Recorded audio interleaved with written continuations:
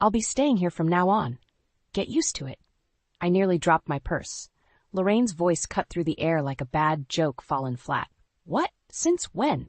Kevin stood to the side, shifting on his feet, avoiding my eyes. He tried to muster a weak smile. Mom needed a place, Elena. She'll stay with us for a while. I could feel my blood boiling. A place? Kevin, we didn't discuss this. Lorraine rolled her eyes, a smirk flickering across her face. There's no need to raise your voice. It's family business. I glanced at Kevin, searching for some sign of solidarity. He simply shrugged, looking anywhere but at me. She doesn't have anywhere else to go, he muttered. Anger rose in my chest. So you just decide this without asking me? Kevin sighed, walking past me to grab a can of soda from the kitchen. Look, let's not make this a huge deal, okay? It's temporary. Lorraine settled herself on the couch, flipping through a magazine like she owned the place. I clenched my fists, resisting the urge to scream. Temporary? And how long is temporary exactly? Kevin opened the soda, taking a sip. We'll figure it out. She's family, Elena. I turned away, fighting the tears that threatened to spill. Nothing about this felt right. The house I had worked so hard to make our home was now invaded without a second thought. I glanced back at Kevin, hoping for a glimmer of understanding. Kevin, I need to talk to you, alone. He finally looked at me, his face a mix of annoyance and fatigue. Fine, he said, putting down his drink. Let's talk. We walked to the backyard, where the evening air did little to cool my anger. You can't just bring her here without any discussion, I said, trying to keep my voice steady. Kevin rubbed the back of his neck. Elena, it's not that simple. She's my mother. I didn't want to sound heartless, but I felt cornered. I understand, but this is our home too. We're supposed to make these decisions together. He gave me a tired look. I thought you'd understand. The sting of those words cut deep. Kevin, that's not fair. I'm trying to understand, but you can't expect me to accept this without talking about it. He shrugged again, as if that single gesture could dissolve my frustration. Look, just give it time. She won't be a problem. I glared at him, unable to fathom his nonchalance. Won't be a problem. She's already taken over the living room. Kevin threw his hands up in surrender. I can't throw her out, Elena. That's all I'm saying. With that, he walked back inside, leaving me fuming in the backyard. The sinking realization dawned on me. My voice didn't matter. Kevin had made up his mind, and Lorraine had dug her heels in. As I stood there, I took a deep breath, my determination solidifying. I would not let this go uncontested. Stepping back inside, I shot a glare at Lorraine. She met my eyes with a cold smile. This is not over, I whispered, mainly to myself. The house, my sanctuary, had become a battleground, and the war had just begun. I can't believe this is happening, I muttered to myself as I left for work the next morning. My best friend Sandra called just as I pulled into the parking lot. Elena, how was your trip? She asked cheerfully. It was fine, but I came back to a nightmare. What do you mean? Her voice grew serious. Kevin's mom moved in, just like that. No discussion, no warning, I said, biting back my frustration. Sandra sighed. You've got to be kidding me. Didn't he even talk to you about it? Nope, it was all decided while I was gone. Sandra was quiet for a moment. You need to lay down some boundaries, Elena. This isn't okay. I know, I said, parking the car and grabbing my bag. It's just complicated. I get it. Just remember, you don't have to put up with this forever, she said, trying to reassure me. Entering the office, I tried to focus on work, but my mind kept drifting back home. Memories flooded in about when Kevin and I first met at this very office. Kevin, the charming graphic designer, always had a way of making everyone laugh. Our romance had been quick and intense. We married after just a year of dating, certain we could handle anything together. Then Lorraine revealed her true colors. Sweet and supportive before the wedding, she turned critical and manipulative once the rings were on our fingers. Kevin, forever the peacemaker, never stood up to her. I'll never forget the first time she openly disapproved of me. Are you sure you can handle Kevin's work hours, Elena? Maybe you should rethink this career of yours, she said, smirking as if she was genuinely concerned. Of course, Kevin and I manage just fine, I had replied, masking my irritation. Kevin had shrugged the comment off, claiming she meant no harm, but the seeds of doubt she planted grew each day. Returning home that evening, I found Lorraine rearranging the kitchen. What are you doing? I couldn't hide my annoyance. Just making it more practical. You had it all wrong, she replied nonchalantly. I clenched my jaw, taking a deep breath. I like it the way it is. Lorraine's voice dripped with false sweetness. Oh, sweetie, you'll see it's better this way. Stepping into the living room, I saw Kevin on his laptop. Kevin, we need to talk, now. He looked up, clearly sensing the tension. What is it? Lorraine is taking over the house. We need to set some boundaries. Kevin sighed, rubbing his temples. Elena, can't you just try and get along with her? It's hard for her, too. I stared at him in disbelief. Are you kidding me? She's acting like this place is hers. She's just trying to help, he replied weakly. Help? By undermining everything I do? I snapped. Kevin stood up, frustration lining his face. Why do you always have to blow things out of proportion? Rare anger bubbled inside me. Blow things out of proportion? You're seriously siding with her? He threw his hands up. I'm not taking sides, I just want some peace. Furious, I stormed out to the backyard. My home felt like a stranger's house, my voice unheard, my feelings disregarded. But I knew deep down this wasn't living. As the night fell, I steeled myself. This wouldn't be swept under the rug.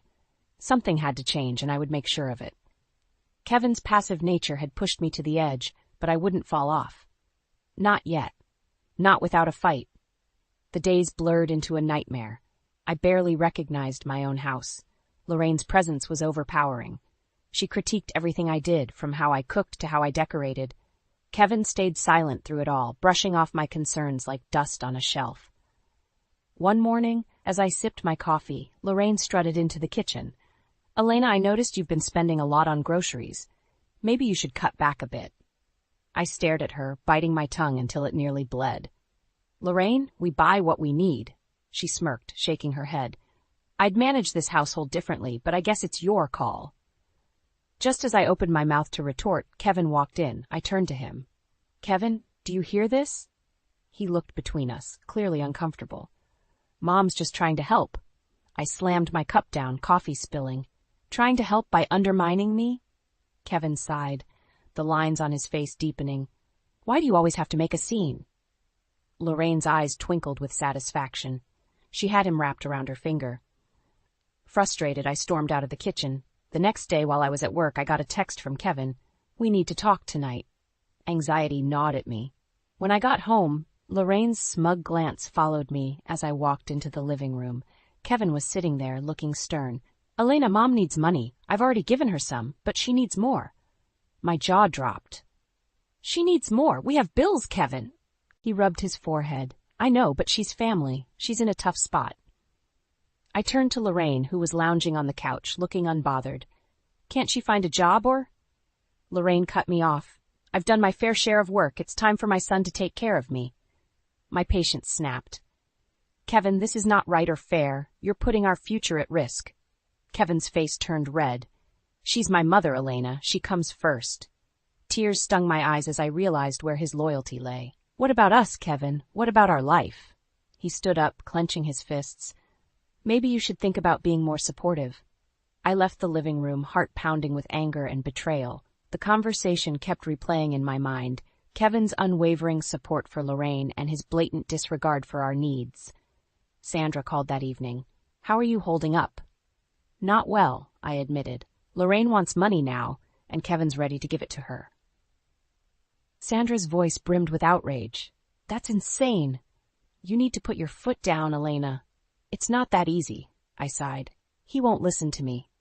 Then make him listen. You can't keep sacrificing your happiness. Her words echoed in my mind long after we hung up. The next morning I confronted Kevin again. We need to talk about finances. This has to stop. Kevin rolled his eyes. We'll be fine. Desperation gripped me. Kevin, you're jeopardizing everything we've worked for. He shrugged. She's family. You're the one being unreasonable. Anger surged through me. This is my home too. I will not be pushed aside. Walking away from that conversation, I knew things had to change. I couldn't let Lorraine dictate our lives. And if Kevin refused to stand by me, I'd find a way to reclaim my power, no matter the cost. The battle lines were drawn, and I was ready to fight for what was rightfully ours. The escalation had only just begun. I came home late from work one evening, hoping for some semblance of peace. Instead, I walked into Lorraine and Kevin in the middle of a heated discussion. It's not done right, Kevin, Lorraine was saying. Elena doesn't know how to manage this house properly. Kevin looked up as I entered, his expression shifting from annoyance to exasperation. Mom thinks the house isn't clean enough, he said, as if that were the biggest problem we had. Lorraine turned to me, hands on her hips. Elena, couldn't you at least try to keep this place decent? I dropped my bag on the floor, barely containing my fury. I have a full-time job, Lorraine. I can't spend every minute cleaning. Lorraine huffed. When I was your age, I managed just fine. That was the last straw. This isn't about cleaning. You just want to control everything. Kevin stepped between us, his voice rising. Elena, calm down. Mom's just trying to help. Help? By criticizing everything I do? This is my home, Kevin. Our home. Lorraine scoffed. You're overreacting. Maybe if you learned some respect. Before she could finish, I cut her off. Respect? You moved in unannounced, rearranged my kitchen, demanded money, and now you're criticizing how I maintain my home. How is that respectful? Kevin's face turned red with frustration. Elena, why can't you see that she's just looking out for us? I could have screamed from the hopelessness of it all. Looking out for us? She's making me feel like a guest in my own house. Lorraine threw her hands in the air. If you're that unhappy, maybe you should leave. I stared at her, stunned. Turning to Kevin, I waited for him to defend me, but he remained silent. My heart sank. Is that what you want too, Kevin? For me to leave? He avoided my gaze, his silence louder than any words. Tears threatened, but I held them back. Fine, if you want me to leave, just say it. Kevin finally spoke, but his words hit like a brick. Maybe you need to learn some respect for family, or leave if you can't handle basic family expectations. The air was thick with tension as I turned on my heel and stormed out of the house. I needed space, air, anything but the walls that felt like they were closing in on me. Sandra's comforting voice was the only thing that made sense as I paced outside, phone pressed to my ear. He actually said that? She gasped. Yes, basically told me to leave, I whispered, the hurt palpable. Elena, you deserve better than this. If he won't see that, then maybe it's time to rethink things. Her words rang true, but they also scared me. Could I really walk away from 10 years with Kevin, from the home we built? When I finally came back inside, Kevin and Lorraine's voices could still be heard, low and conspiratorial. They didn't notice me slip upstairs, my mind swirling with conflicting thoughts. Lying in bed, I stared at the ceiling, feeling a mix of anger and sadness. I knew I couldn't go on like this. Kevin's spinelessness and Lorraine's incessant meddling were driving me to the edge. Sleep didn't come easily that night, but as exhaustion finally took over, one thing was clear. I needed to stand up for myself. I couldn't let them trample over my life without consequence. The battle wasn't just Lorraine's intrusion, it was about reclaiming my own dignity and worth. Morning broke with a sense of grim determination. I had a conference trip coming up, and it felt like the last chance to find some perspective. Kevin was already at the kitchen table when I came downstairs. We need to talk, he said, as if last night hadn't been a breaking point. Not now, Kevin. I've got a plane to catch, I said, moving past him. He grabbed my arm gently. We'll work this out, I promise. I looked at him, searching for sincerity. We'll see about that. As I left the house, the weight of the impending decisions hung heavy, but I knew one thing for sure. Change was coming, one way or another. The conference trip was a welcome escape. For a few days I immersed myself in work, trying to forget about the chaos at home. But as soon as I landed back at the airport, reality crashed back in. I got a text from Kevin. We need to talk when you get home. Dread settled in my stomach as I walked through the door. Lorraine was in the kitchen, moving pots and pans around as if she could further assert her control over our space. Welcome back, Lorraine said with a smirk. Did you enjoy your trip? Spare me, I muttered, too tired to engage. Kevin was pacing in the living room. When he saw me, he stopped. We need to talk now, Elena. I dropped my bags. Fine, talk. He glanced uneasily at Lorraine before speaking. Mom and I have been discussing our situation. We think you need to make some changes. Changes? I crossed my arms, ready for the next blow. Lorraine interjected. You need to learn to respect family, and clearly, you're struggling with that. I felt like I was being gaslit. Respect goes both ways, Lorraine. You've done nothing but disrespect me since you got here.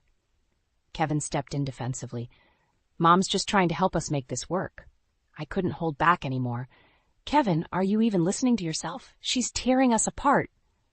Lorraine put on her most innocent face. Oh, please, you're just blowing things out of proportion. I snapped. You're manipulating Kevin and trying to control our lives. What exactly is your endgame here? Kevin's face turned pale. Elena, stop. We're supposed to be a family. A family that respects each other, I shot back. And right now I feel like I've been completely disrespected and disregarded. Kevin's face contorted with frustration. Maybe you need to spend some time away to clear your head. I was stunned. Do you even hear what you're saying? You want me to leave my own home? Lorraine smirked, clearly enjoying the show. Maybe a little time apart would do you both some good. The silence that followed was deafening. Finally, Kevin broke it. Maybe she's right. I think it's best if you take some time to cool off. I took a deep breath, feeling the weight of betrayal. If I leave, I'm not coming back until things change. Kevin looked away, unable to meet my gaze. Do what you need to do, Elena. I turned, grabbing my bags, and walked out the door. It wasn't until I was outside that the tears came. As heart-wrenching as it was also liberating. For too long I had tolerated being second to Lorraine's manipulations. Sandra was at her door before I even rang the bell. Elena, what's happened now? Kevin wants me to leave, I managed between sobs. He sided with Lorraine again. Sandra pulled me into a comforting hug. You've done the right thing. You deserve better. As days turned into a week, I settled into Sandra's spare bedroom. The sting of Kevin's betrayal was sharp, but the time away also gave me clarity. I began consulting with Mark, a trusted lawyer, discussing my options. During one of our meetings, Mark looked up from his papers. You know, Elena, the house is legally yours. I blinked, processing his words. What do you mean? Kevin never updated the deed after you purchased it. Legally, you hold the title. A spark of hope flickered. So I could. Yes, Mark confirmed. You have the power here. Use it wisely. Armed with this knowledge, I prepared for the next battle. Kevin and Lorraine needed a wake-up call, and I was more than ready to give it to them. My time of feeling powerless was over. It was time to reclaim what was rightfully mine. I returned home with a resolve I hadn't felt in years. As I walked through the front door, the silence struck me. It was clear Lorraine and Kevin knew something was up. I found them both in the living room, Kevin on the couch, Lorraine in the armchair. Both turned to face me as I entered. Kevin spoke first, his voice betraying his nervousness. Elena, where have you been? I didn't waste any time. Kevin, Lorraine, sit down. We need to talk. Lorraine's eyes narrowed. About what? Think you can come in here and start making demands? I ignored her, focusing on Kevin. This ends now, Kevin. Lorraine's constant meddling, the financial drain, everything. Kevin's brows furrowed. What are you saying? I'm saying this situation is unbearable. Lorraine's presence and your constant support of her over our marriage is unacceptable. Lorraine stood up, her face a mask of feigned innocence. Oh, I see. So now it's all my fault? Every part of it, I stated bluntly. I've tried to be reasonable, but you've taken over our home, criticized me constantly, and pushed me to the breaking point. Kevin sighed deeply. Elena, we've been over this. She's family. I took a deep breath. Well, here's the thing, Kevin. The house is in my name. Legally, I own this place. Both Kevin and Lorraine froze, their faces pale. What? Kevin muttered, disbelief painting his features. You heard me, and with that, I have the final say on who stays and who goes. Lorraine scoffed, trying to regain her composure. You wouldn't dare. I looked straight at Kevin. If you want to stay in this marriage, Lorraine needs to go. Now. Kevin stammered. Elena, you can't just... Yes, I can, I interrupted. This is my home, and I'm done being pushed around. Lorraine's eyes were on fire. You ungrateful little... Enough, I shouted. Leave, now. Kevin stood up, trying to placate. Elena, can't we discuss this? No, Kevin. I have tried to discuss, to compromise, but you both have taken advantage of my patience. He glanced at his mother, despair clouding his eyes. Mom, maybe it's best if you find somewhere else to stay for a while. Lorraine's face twisted in rage. What? You're kicking me out? Kevin looked down, avoiding her gaze. Maybe just for a little while, until things calm down. She turned to me, venom in her voice. You'll regret this. I met her look with defiance. No, Lorraine, I think this is exactly what I need to do. Kevin's shoulders slumped as Lorraine stormed off to pack her things. He finally looked at me, desperation in his eyes. Elena, I cut him off. Kevin, I love you. But your blind allegiance to your mother has pushed us to this breaking point. Things need to change or we're over.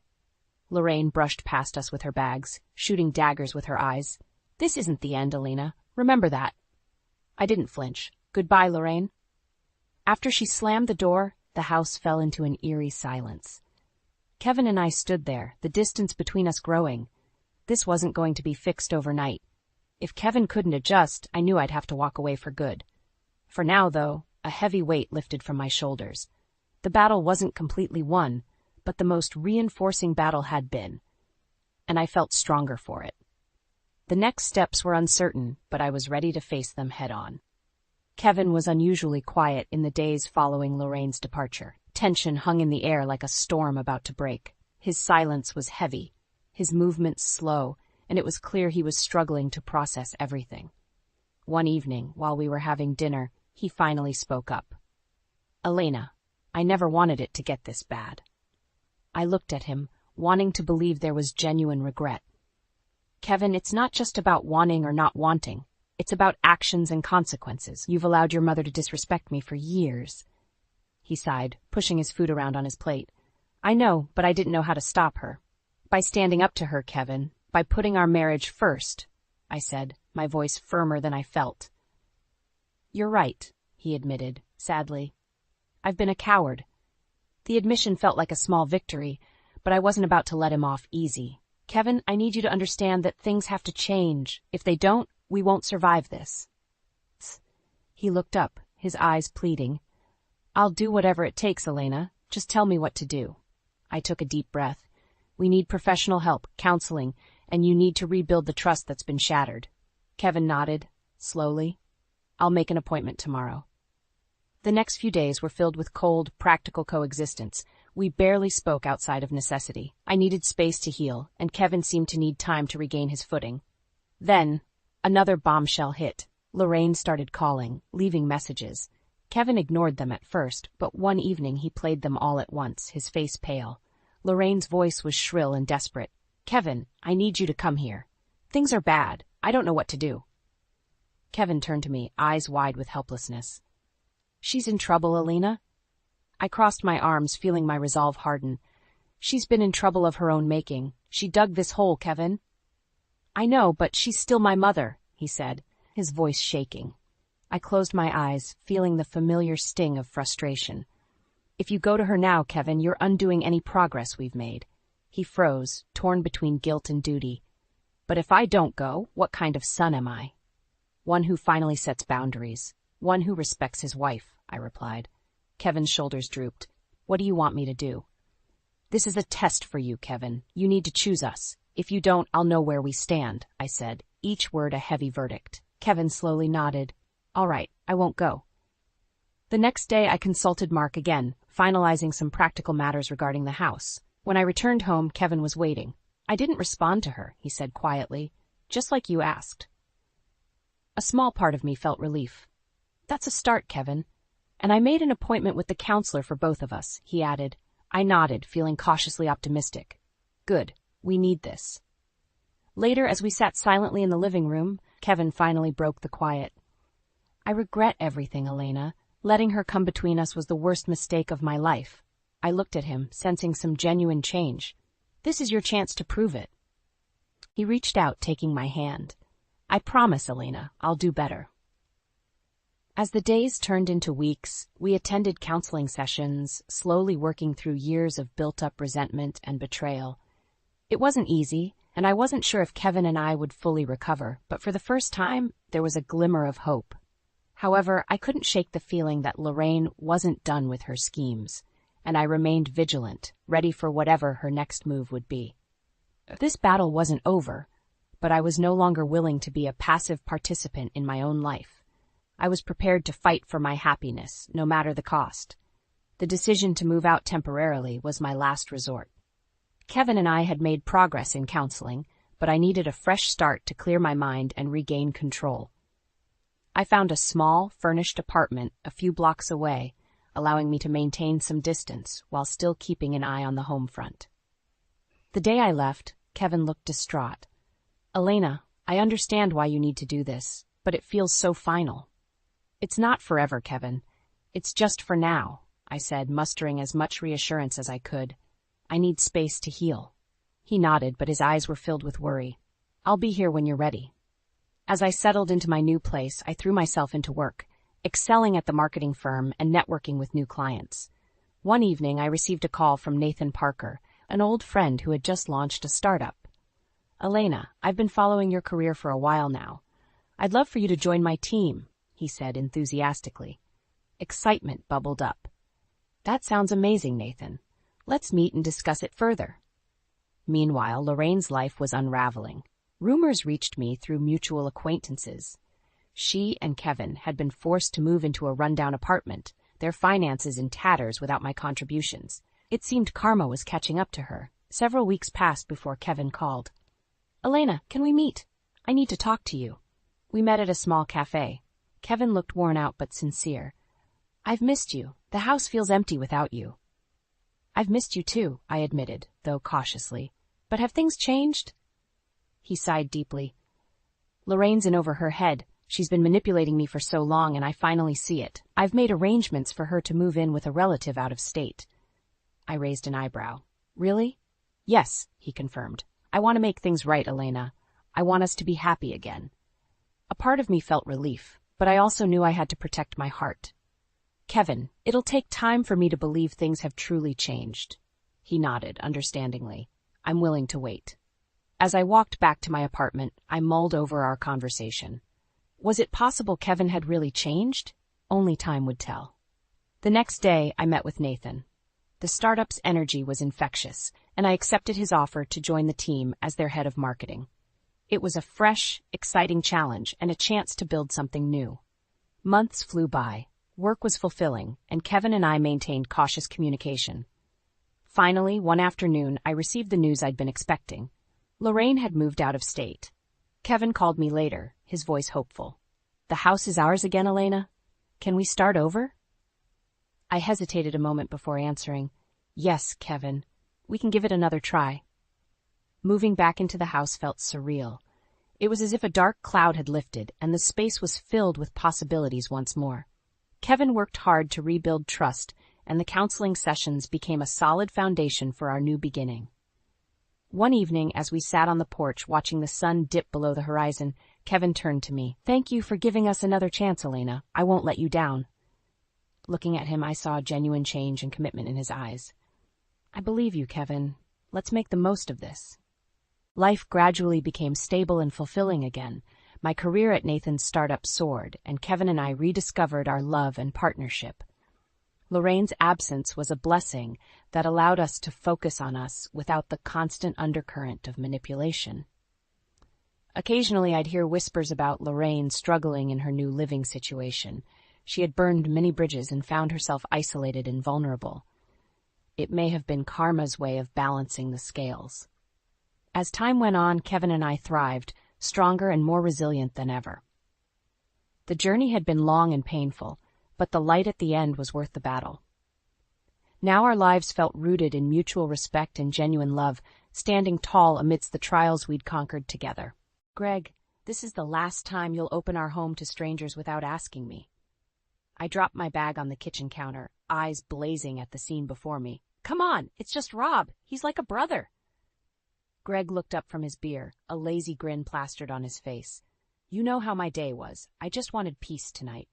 My tone wasn't just firm, it was a warning. Rob leaned back on the couch, clearly sensing the tension, but choosing to stay silent. He sipped on his beer, eyes flicking between Greg and me.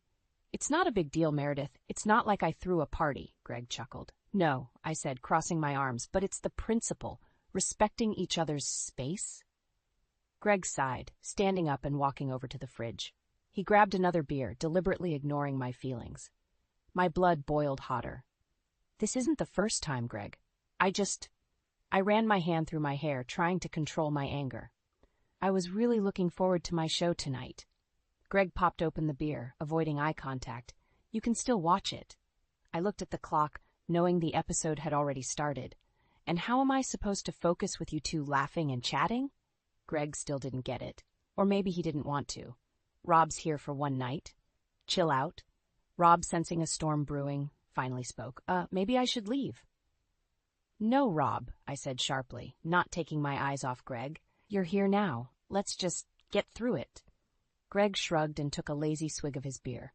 See? No harm done. I seethed as I walked past them, heading to the bedroom. I couldn't deal with this again. It wasn't about Rob or anyone specific. It was about respect, something Greg seemed to lack when it came to our shared space. I closed the door behind me and sunk onto the bed. Turning on the TV, the familiar intro to my true crime show filled the room, but my mind was elsewhere. Greg's disregard wasn't new. This pattern had been going on for months. 10 minutes into the episode, Greg knocked on the door and entered before I could respond. Meredith, seriously? Let's not fight over this. I muted the TV, frustration boiling over. Greg, it's not about Rob. It's about you not taking my feelings seriously. Can't you see that? He gave a bad imitation of a remorseful look and sat down next to me. I guess I didn't think it was that big of a deal. You didn't think, I repeated, voice trembling not with sadness but with sheer anger. That's the whole problem. This is our home. You can't just invite people over without asking. Greg stayed silent. I continued, not letting him off the hook. I need you to understand how much this matters to me. He finally met my eyes, a flicker of realization but also resistance. All right, I get it. I'll ask next time. The way he said it, I wasn't convinced. It felt like a placation, a way to end the argument for now. Promise me, I demanded. Promise you'll respect our space. Yeah, he nodded, but the nonchalance in his eyes worried me. Sure. I watched him leave the room, the door closing with a quiet click. I lay back on the bed, staring at the ceiling, knowing this issue was far from over. It was about more than just friends and unexpected visits. It was about respect, and that was something Greg seemed to have a hard time grasping. As the muted TV flickered shadows on the walls, I realized the real struggle had just begun.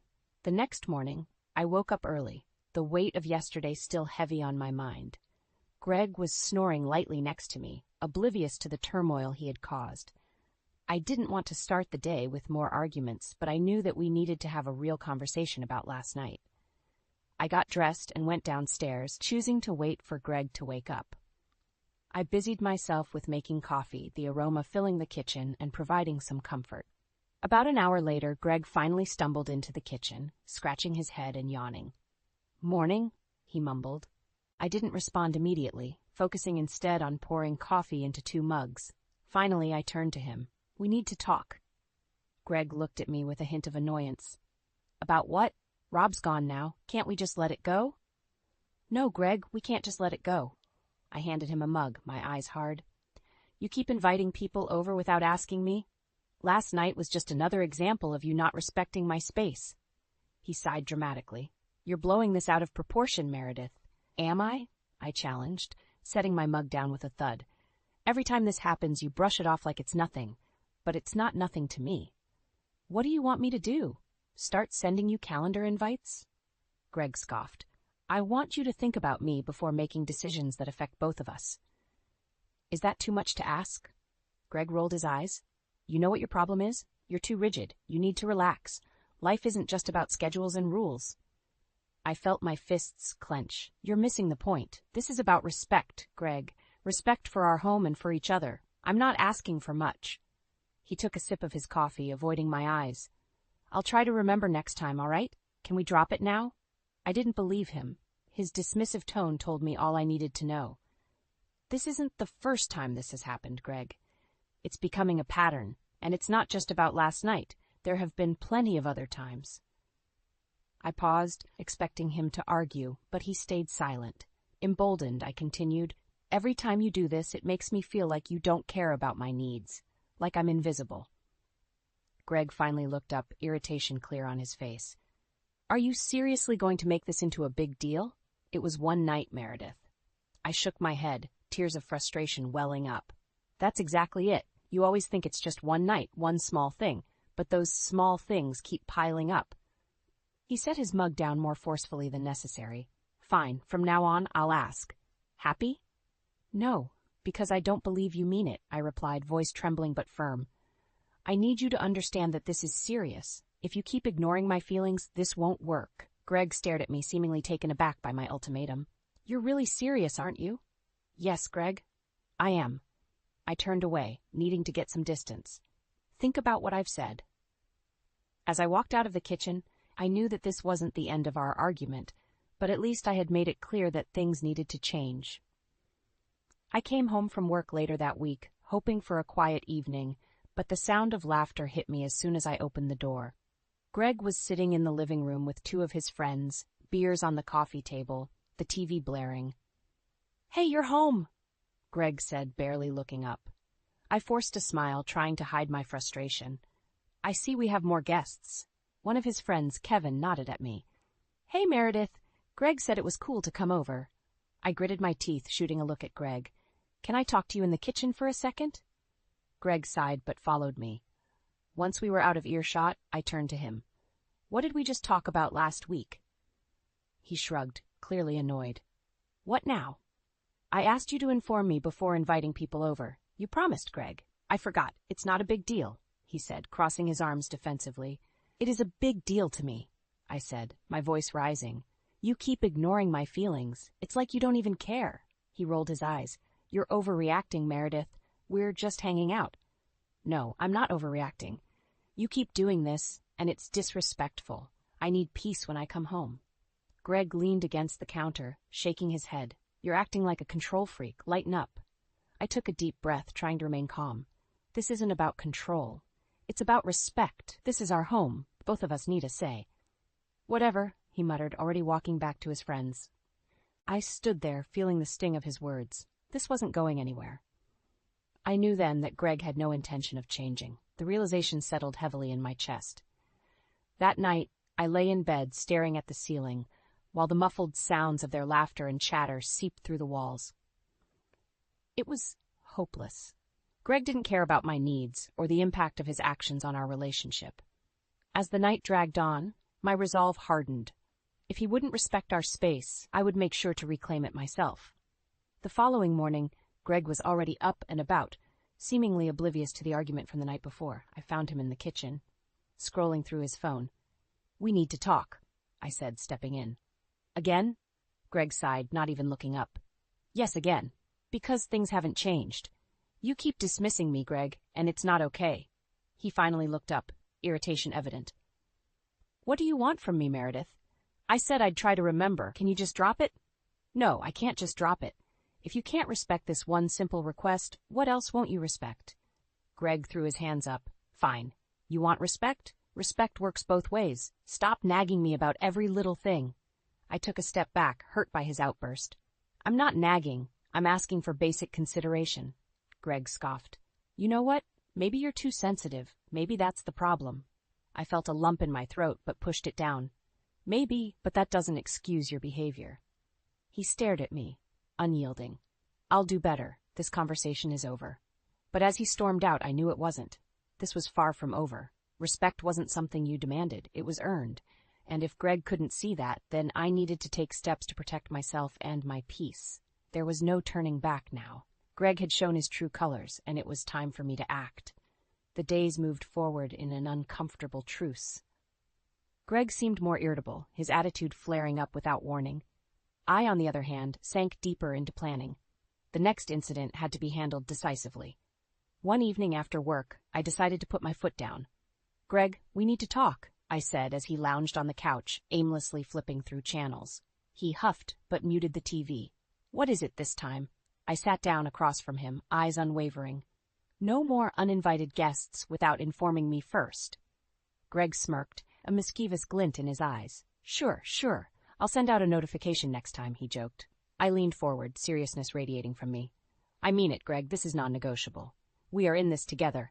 Respect my wishes or we will have a serious problem. He gave a nonchalant shrug. Fine, no more surprises. Happy now? You promise? I pressed. Yeah, I promise, he said, waving me off. The following week, the atmosphere felt lighter initially. Maybe, just maybe, he'd finally understood. But deep down, I remained skeptical. Friday came, and as soon as I walked through the door, the sound of loud music and laughter greeted me. My heart sank. Greg, I shouted over the noise. He sauntered over, a drink in his hand, smiling like he owned the place. "Hey, babe, welcome home. Great timing." I glared at him, fury building. "What is this, Greg? We talked about this." "It's just a small get-together," he said, as if it explained everything. Don't be such a buzzkill." "Small get-together? There are at least 10 people here. This isn't what we agreed on," I said, my voice trembling with anger. Greg took a sip of his drink, unbothered. "Relax, Meredith. It's the weekend. Just have a drink and join us." I shook my head, feeling the last straw break. "This is it, Greg. I can't take this anymore." He laughed, his tone mocking. Don't be dramatic. It's just a party." I turned on my heel and stormed out, heading straight to our bedroom. As the door shut behind me, I picked up my phone and called the divorce lawyer I had researched weeks before. It was time to take action. Over the next few days, I began to quietly prepare.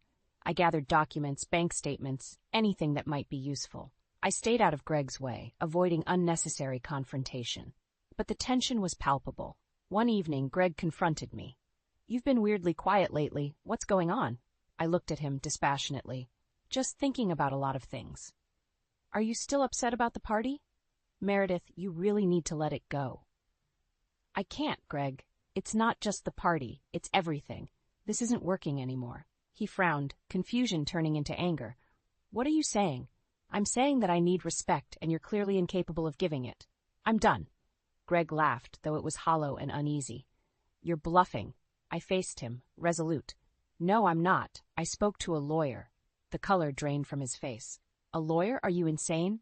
"No, just tired. Tired of not being heard, of not being respected. This isn't a game, Greg. It's my life, and I'm taking it back." Greg's expression turned dark. "You'll regret this, Meredith." But as I walked away, the only thing I felt was an overwhelming sense of clarity. There was no turning back. My next steps were firmly in place. Coming home one evening, I hoped for quiet. Instead, I walked into chaos. Music blared, voices echoed, the unmistakable signs of another party. My stomach clenched, anger rising. I pushed through the mess of shoes and coats littering the hallway. "Greg!" I called out. No response.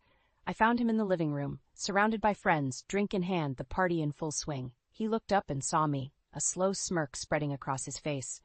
"Meredith, join us. Why don't you?" I took a deep breath, trying to keep my voice steady. "Greg, we need to talk.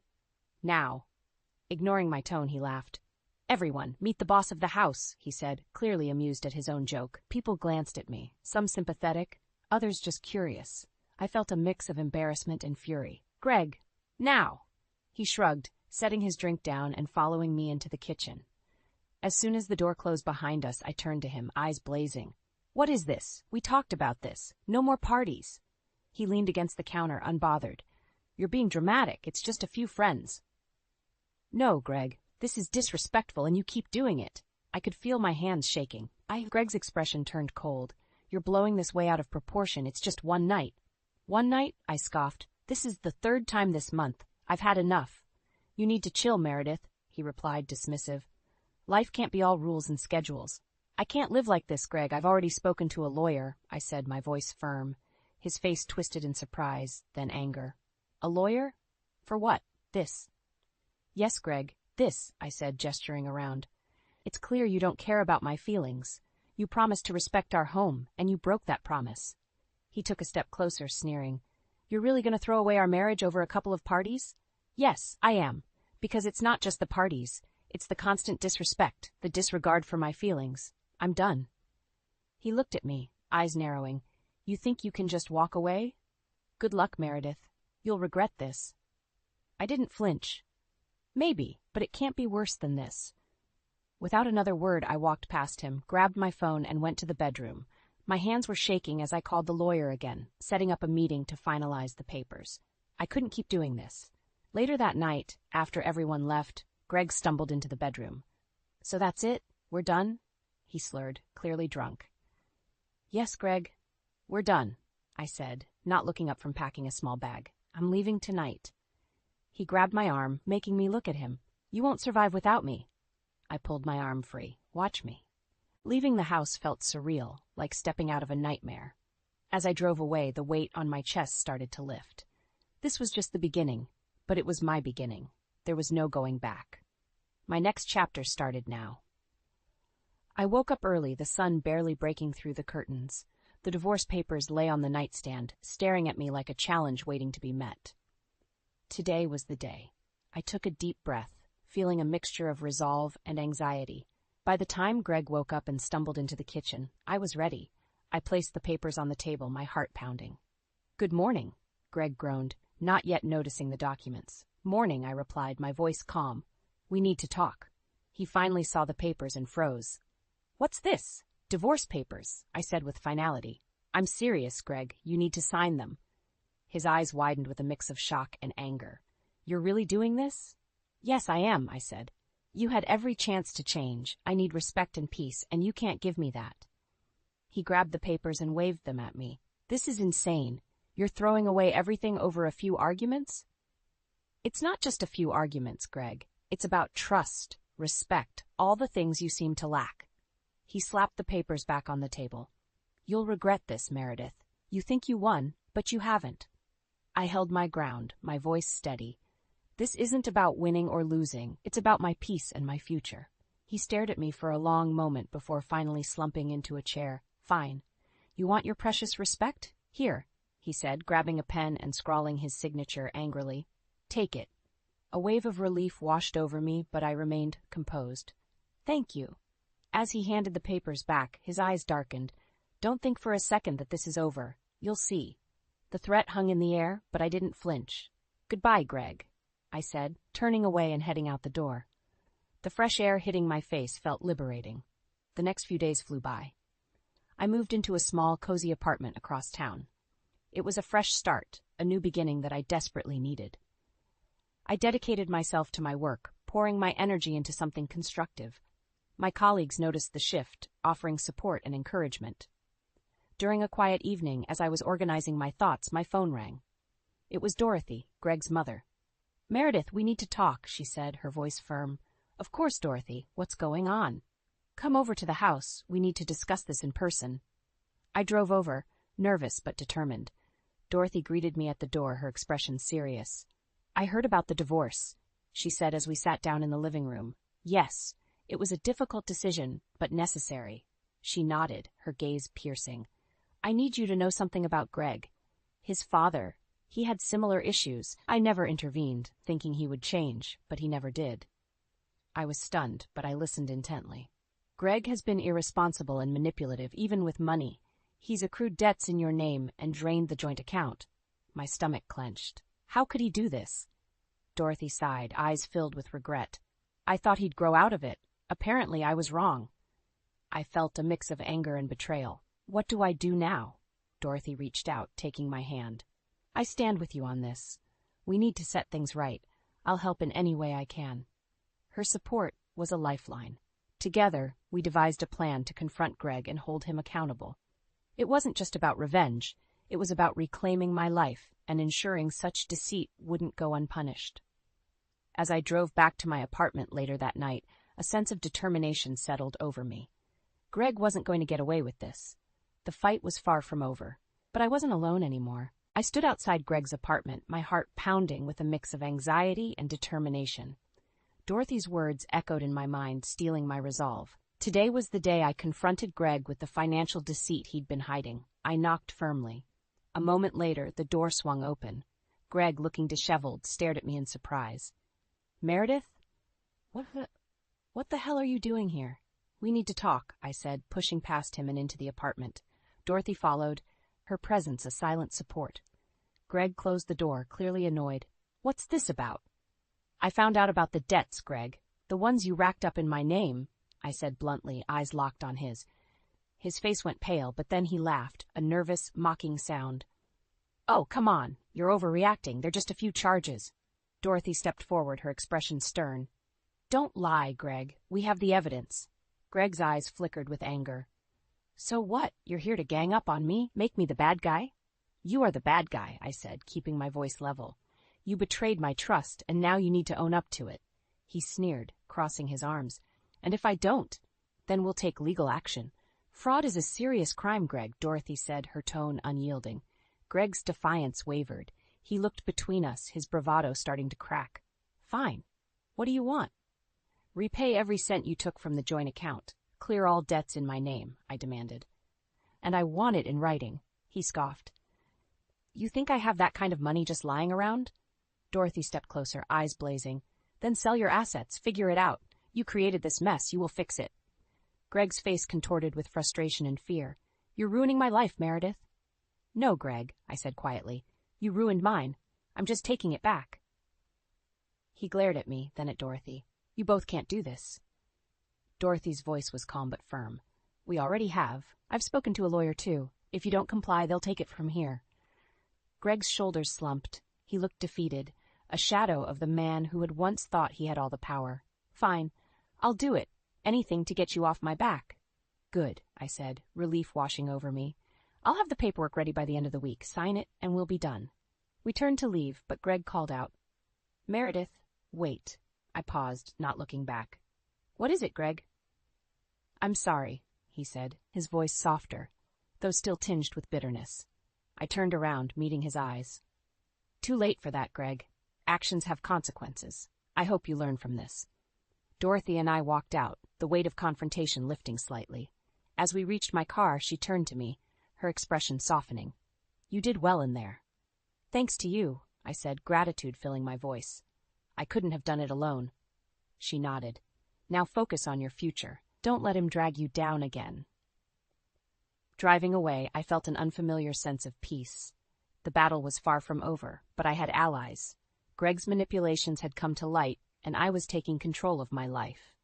A sense of empowerment surged within me. This was just the beginning of my journey towards reclaiming my happiness. Moving out of Greg's shadow felt like stepping into the sunlight after years in the dark. I settled into my new apartment, finding comfort in the quiet simplicity of my own space. There were no more unexpected parties, no more shouting matches, just peace. One evening, as I was settling into my new home routine, my phone rang.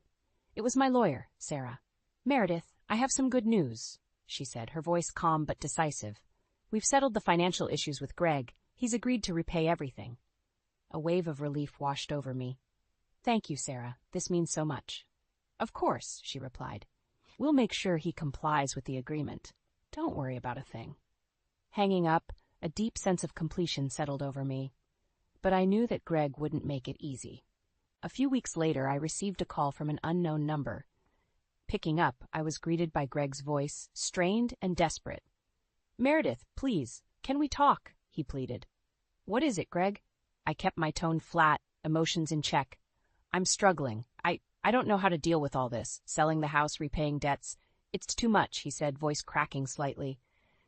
That's the consequence of your actions, Greg. You brought this upon yourself, I replied, feeling a pang of pity but quickly pushing it aside. Can we at least meet up, just to talk things over? He asked, desperation clear in his tone. No, Greg, we're done. The papers are signed and the agreement is in place. I have nothing more to say to you, I said firmly.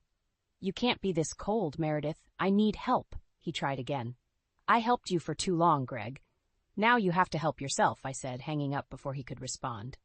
I knew his plea was another attempt to manipulate me, to drag me back into his web of chaos, but I was beyond that now. My focus was on healing, rebuilding, and moving forward. Dorothy visited me a few days later, bringing over a housewarming gift. How's the new place? She asked, looking around. It's perfect. Peaceful, I said, smiling genuinely. I'm glad to hear that, she said, sighing. Greg called me too. He's struggling. I know, I replied. He called me asking for help. She shook her head. He needs to learn responsibility. This is the only way. I agree, I said. Thank you for your support, Dorothy. I couldn't have done this without you. She smiled, taking my hand. You're strong, Meredith. Don't ever doubt that. As days turned into weeks, Greg's situation worsened. Forced to sell assets to pay back the debts, his life of reckless abandon came crashing down. I watched from a distance, detached, as he scrambled to pick up the pieces. In contrast, my life took a turn for the better. Work became my sanctuary, a place where I could channel my energy into something productive. My colleagues noticed the change, often complimenting my renewed focus and determination. One day, Sarah called again with the final update. Greg has completed the payments. Everything's settled now. Thank you, Sarah, I said, feeling truly free for the first time in years. After the call, I took a moment to reflect. Greg was a chapter of my life that had closed. Now it was time to write new ones, filled with peace, respect, and self-love. As the sun set, casting a warm glow over my new apartment, I felt a profound sense of liberation. The darkness of the past was behind me, and the future was bright with possibilities. Greg might still reach out, but his calls would go unanswered. I had reclaimed my life, and it was mine to cherish. The pencil snapped between my fingers, and I stared at the broken halves, my frustration mirroring the splintered wood. I tossed them onto my cluttered desk and leaned back in my chair, rubbing my temples. The clock on the wall ticked relentlessly, reminding me of the looming deadline. "Helena!" Ethan's voice boomed from downstairs. "Where are you? Dinner's getting cold." I sighed, glancing at my unfinished storyboard. "Coming!" I called back, reluctantly pushing away from my desk. As I descended the stairs, the aroma of garlic and herbs wafted up, making my stomach growl. Ethan stood at the bottom, arms crossed, his expression a mix of annoyance and concern. "You've been up there for hours," he said, his tone clipped. "I thought we agreed you'd take a break tonight." I forced a smile. "I'm sorry, I lost track of time. The publisher wants to see progress on the new storyline, and The publisher this, the deadline that," Ethan interrupted, throwing his hands up. "When was the last time we had a proper conversation that didn't revolve around your work?" The word stung, but I bit back a retort. "Let's just have dinner, okay? I'm starving." We sat at the table, the silence between us thick and uncomfortable. I picked at my food, my appetite suddenly gone. "So," Ethan said, breaking the silence, "any plans to rejoin the land of the living anytime soon?" I set my fork down with a clatter. "What's that supposed to mean?" "It means I'm tired of being married to a ghost," he snapped. "You're either locked away in your office or zoned out thinking about your next project. We haven't been on a date in months, Helena." "I'm working towards something important," I defended. "This contract could change everything for us." Ethan's laugh was bitter. "Us? There is no us anymore. It's just you and your precious graphic novels." The words hit me like a slap. I pushed back from the table, my chair scraping loudly against the floor. "That's not fair, and you know it." "Isn't it?" Ethan challenged, rising to his feet. "When was the last time you did anything around the house? The laundry's piling up, the fridge is empty, and I can't remember the last time we had sex." I felt my cheeks burn with anger and embarrassment. "I didn't realize I was supposed to be your maid and your personal porn star." Ethan's eyes widened, then narrowed. "That's not what I meant, and you know it. I just want my wife back." "I'm right here," I shouted, gesturing wildly. "I'm sorry if my career is inconvenient for you, but I'm not going to apologize for pursuing my dreams." "Your dreams," Ethan repeated, his voice low and dangerous. "What about our dreams, Helena? What about the family we talked about, the life we planned together?" I felt the fight drain out of me, replaced by a deep, aching sadness. "People change, Ethan. Dreams change." "Yeah," he said, turning away. "I'm starting to see that." As he walked out of the room, my phone buzzed on the table. I glanced at the screen and saw a message from my publisher. "Contract's ready. Meeting tomorrow at 10 a.m. to sign. This is your big break, Helena." I stared at the message, my heart pounding with excitement and dread. This was everything I'd worked for, but at what cost? The sound of the front door slamming jolted me from my thoughts. I rushed to the window, watching Ethan's car peel out of the driveway and disappear down the street. As I stood there, alone in the quiet house, I couldn't shake the feeling that I was standing on the edge of a precipice, about to take a leap that would change everything. I arrived at the publishing house the next morning, my nerves jangling like loose change in a pocket. The contract signing went smoothly, but as I left the building, my elation was tempered by the memory of Ethan's angry departure the night before. My phone buzzed. Ethan's name flashed on the screen, but I hesitated before answering. "Hello? Where are you?" His voice was cold, controlled. "I just finished the meeting with my publisher. I signed the contract." A long pause. "So you went ahead with it, without even discussing it with me?" "Ethan, we've talked about this for months. It's not like it's a surprise." "No, what's a surprise is coming home to find the house a mess and my wife gone." I felt a flash of anger.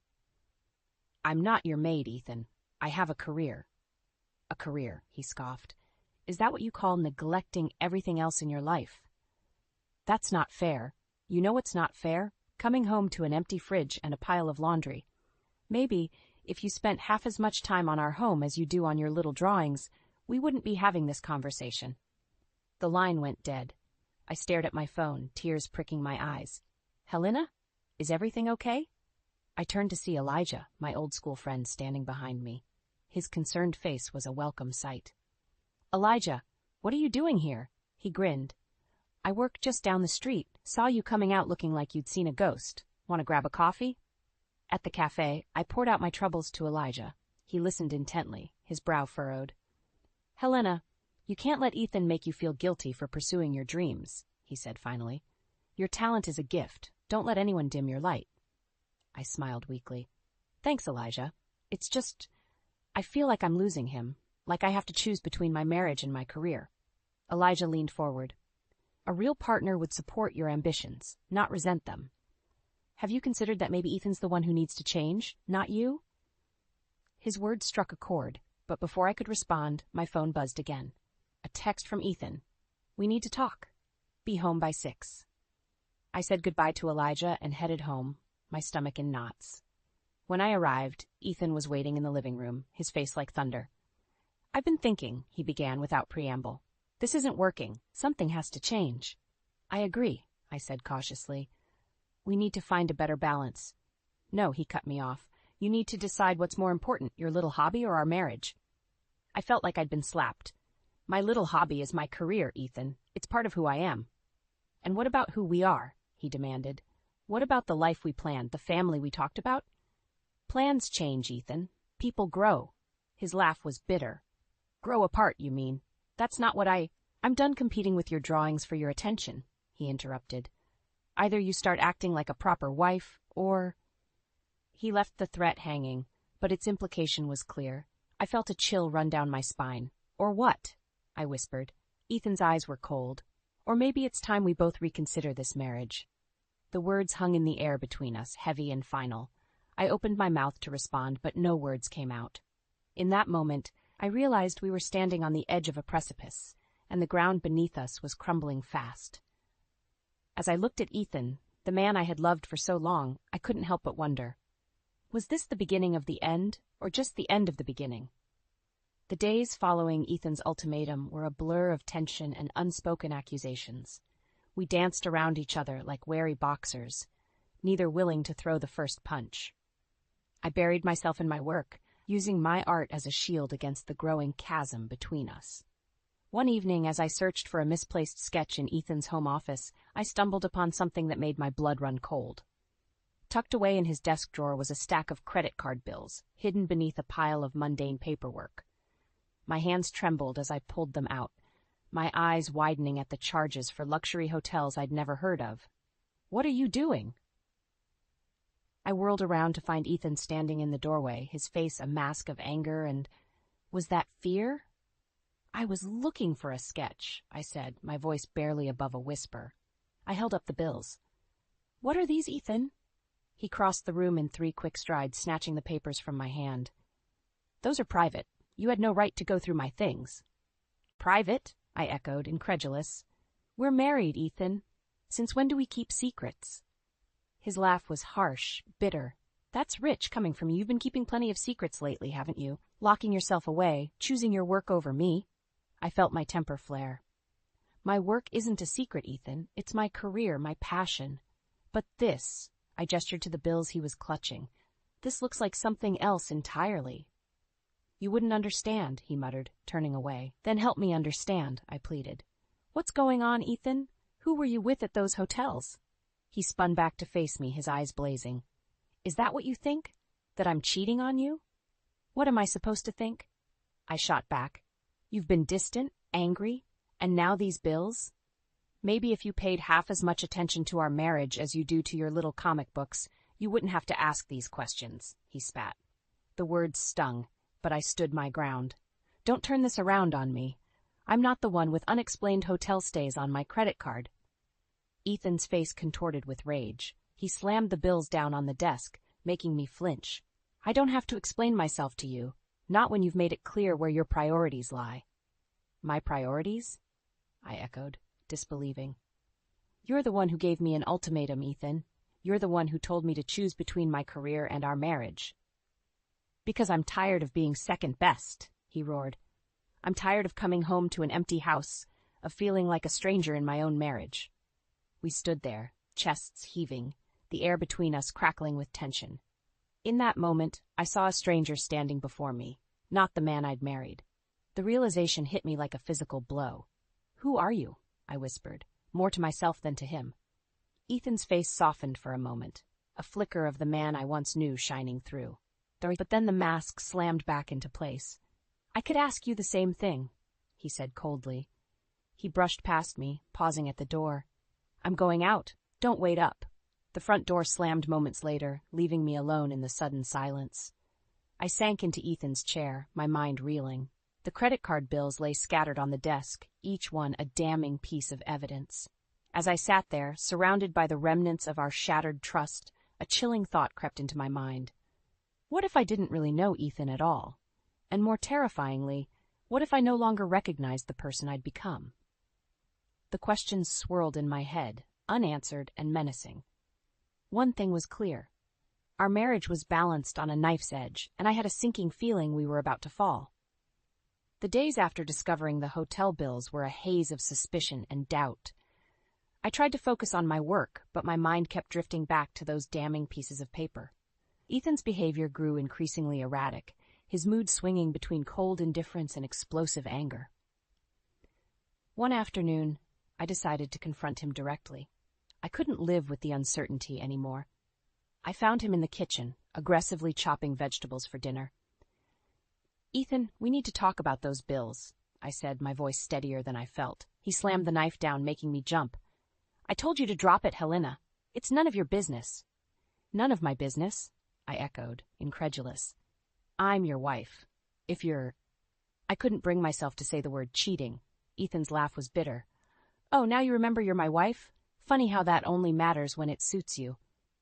Before I could respond, his phone buzzed. He glanced at it, his expression changing subtly. I have to go out, he said abruptly, heading for the door. Something in his tone made me suspicious. Where are you going? Work emergency, he muttered, not meeting my eyes. On impulse, I grabbed my keys. I'll come with you. Ethan's face paled. No, it's fine, I won't be long. But I was already following him out the door. He drove erratically, constantly checking his rearview mirror. I stayed a few cars behind, my heart pounding. He pulled into the parking lot of an upscale hotel. I watched, stunned, as a young woman with long blonde hair rushed out to meet him. They embraced, and my world shattered. I sat in my car, trembling, as they disappeared into the hotel. Tears blurred my vision, but I couldn't look away. An hour passed, then 2. Finally, they emerged, laughing and holding hands. As they reached Ethan's car, the woman, Angie, I would later learn, kissed him passionately. It was like a knife to my heart. I don't remember driving home. I was numb, moving on autopilot. When Ethan returned hours later, I was waiting. How long? I asked, my voice barely above a whisper. He froze, his eyes darting around the room. Helena, I can explain. How long? I repeated, each word sharp as glass. Ethan's shoulders slumped. 6 months. He admitted. The truth hit me like a physical blow. 6 months, half a year of lies, of betrayal. Why? I choked out, his face contorted with anger. Because she makes me feel wanted, Helena. She doesn't disappear into her work for days on end. She's there for me, really there. So this is my fault? I asked, incredulous. You're never here, he shouted. You're always working, always with your head in the clouds. I needed someone who saw me, who put me first. His words stung, but a part of me recognized the truth in them. Had I really been so absent? I put you first by supporting us while you chased your dreams, I said quietly. I put you first by believing in you, even when you didn't believe in yourself. Ethan's face softened for a moment, then hardened again. It's not enough, Helena. I need more. I need a real wife, not just a roommate who occasionally remembers I exist. The words hung in the air between us, heavy with finality. What do you want from me, Ethan? I asked, my voice hollow. His eyes met mine, cold and determined. I want you to quit, give up this graphic novel nonsense and be the wife I need. Or... He left the ultimatum unspoken, but I heard it loud and clear. My career or my marriage. My passion or my partner. As I stood there facing the man I thought I knew, I realized I was at a crossroads. The decision I made now would shape the rest of my life. The question was, could I live with either choice? The days following Ethan's ultimatum were a blur of tears and sleepless nights. I threw myself into my work, desperately trying to ignore the gaping wound in my heart, but every time I looked up from my drafting table, the empty house seemed to mock me. One afternoon, I emerged from my studio to find Ethan standing in the living room, his face a mask of barely contained rage. "What is this?" he demanded, gesturing to the pile of laundry on the couch, the dishes in the sink, the layer of dust on every surface. I blinked, disoriented. Had it really been that long since I'd done any housework? "I've been working on a deadline," I started to explain, but Ethan cut me off. "Always with the deadlines," he exploded. "What about your responsibilities here? What about being a wife?" The words stung, but I felt my own anger rising to meet his. "Being a wife doesn't mean being your maid, Ethan, and it certainly doesn't mean giving up my career for your comfort." His eyes narrowed. "So that's your decision, then? Your little comic books over our marriage?" "They're not just comic books," I snapped. "They're my passion, my art, and unlike you, they don't demand I give up everything I am to be worthy of them." The moment the words left my mouth, I knew I'd crossed a line. Ethan's face went white, then red with fury. "If that's how you feel," he said, his voice dangerously quiet, "then maybe we don't have anything left to discuss." He stormed out, slamming the door so hard the windows rattled. I stood there, shaking, as the silence of the house closed in around me.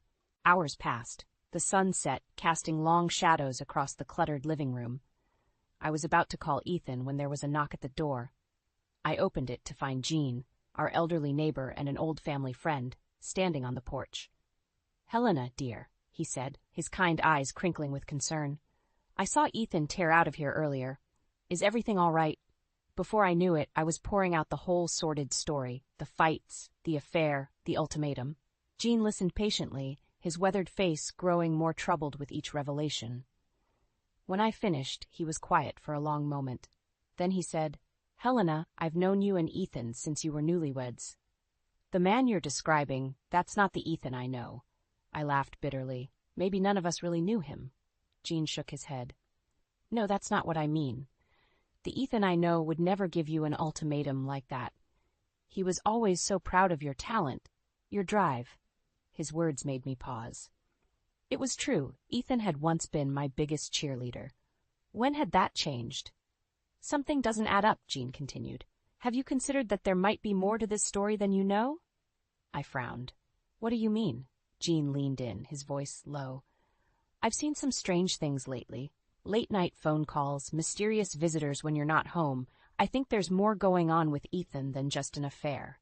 My mind reeled. What was Jean suggesting? That Ethan was involved in something even worse than infidelity? "What should I do?" I whispered, feeling lost and overwhelmed. Jean's eyes met mine, steady and determined. "You need to dig deeper, Helena, for your sake and for Ethan's. There are secrets here that need to come to light." As Jean's words sank in, I felt a shift inside me. The hurt and betrayal were still there, but now they were joined by a fierce determination. If there were secrets to uncover, I would find them. I looked at Jean, my jaw set. "You're right, it's time I got some real answers." As Jean left, I stood in the doorway, watching the night settle over our quiet street. I knew that whatever I discovered next would change everything, but for the first time in weeks, I felt a glimmer of hope. The truth was out there, and I was going to find it, no matter the cost. Jean's words echoed in my mind as I stood in our bedroom, my hands trembling as I rifled through Ethan's belongings. I felt like a thief in my own home, but I needed answers. The guilt gnawing at me was nothing compared to the desperation clawing at my chest. That's when I found it, a hotel loyalty card I'd never seen before, tucked away in the back of his wallet. My heart raced as I examined it, noting the high-end chain's logo. This was it, the smoking gun I'd been looking for. With shaking hands, I pulled out my phone and downloaded a GPS tracking app. I hesitated for a moment, my finger hovering over the install button. Was I really going to do this? Invade Ethan's privacy so completely? But then I remembered the lipstick stain I'd found on his collar last week, the hushed phone calls, the way he'd pull away when I tried to touch him. I hit install. The next few days were a blur of anxiety and adrenaline. I played the part of the oblivious wife, all while obsessively checking the app. Ethan's movements became a roadmap of betrayal, frequent stops at unfamiliar addresses, long stays at hotels across town. One evening, as we sat in stony silence at the dinner table, my phone buzzed. Ethan had just checked into the same hotel where I'd first seen him with Angie. I felt the blood drain from my face. "Everything okay?" Ethan asked, his voice laced with false concern. I forced a smile. "Just work stuff, nothing important." He nodded, already losing interest. "I have to go out of town this weekend, business trip." The lie rolled off his tongue so easily it made me sick. "Oh? Where to?" "Just a conference upstate. Boring stuff." I nodded, my mind racing. This was it, my chance to catch him red-handed. The next day I followed him at a distance, my heart pounding so hard I was sure he'd hear it even from his own car. We ended up at a luxurious resort, the kind of place we used to dream about visiting together. I watched from across the parking lot as Angie ran to greet him, throwing her arms around his neck. They kissed passionately, oblivious to the world around them, oblivious to me, watching from the shadows, my world crumbling. Tears blurred my vision as I fumbled for my phone, snapping picture after picture. Each click of the camera felt like another nail in the coffin of our marriage. As they disappeared into the resort, arm in arm, I sat in my car, overwhelmed by the weight of what I'd discovered. It wasn't just an affair, it was a whole other life Ethan had built without me. My phone buzzed again. A text from Elijah. "How are you holding up? Want to grab coffee?" I stared at the message, a lifeline in the storm of my emotions. Elijah had been my rock through all of this, a reminder that not everyone in my life was a liar. But as I was about to reply, another notification popped up. The tracking app. Ethan was on the move again. My finger hovered between Elijah's message and the app. In that moment, I realized I was at a crossroads. I could turn back now, pretend I never saw any of this, and try to salvage what was left of my marriage. Or I could push forward, uncover the full extent of Ethan's betrayal and face the consequences. The choice seemed impossible. My hand shook as I looked from my phone to the resort where my husband was with another woman. Everything I thought I knew about my life, my marriage, was a lie. And now I had to decide, did I want the comforting illusion or the painful truth? As the sun set over the resort, casting long shadows across the parking lot, I made my decision. There was no turning back now. Whatever came next, I was ready to face it head-on. With a deep breath, I started my car. It was time to confront Ethan and reclaim my life, whatever the cost. My hands shook as I dialed Ethan's parents. I'd never imagined I'd be making this call, but I needed allies. To my surprise, they believed me instantly. "We've suspected something was wrong for a while," his mother said, her voice tight with anger. "We'll meet you there." The next morning I stood in the resort lobby, flanked by Ethan's parents. My heart raced as we approached the front desk. "We're here to surprise Ethan," I said, forcing a smile.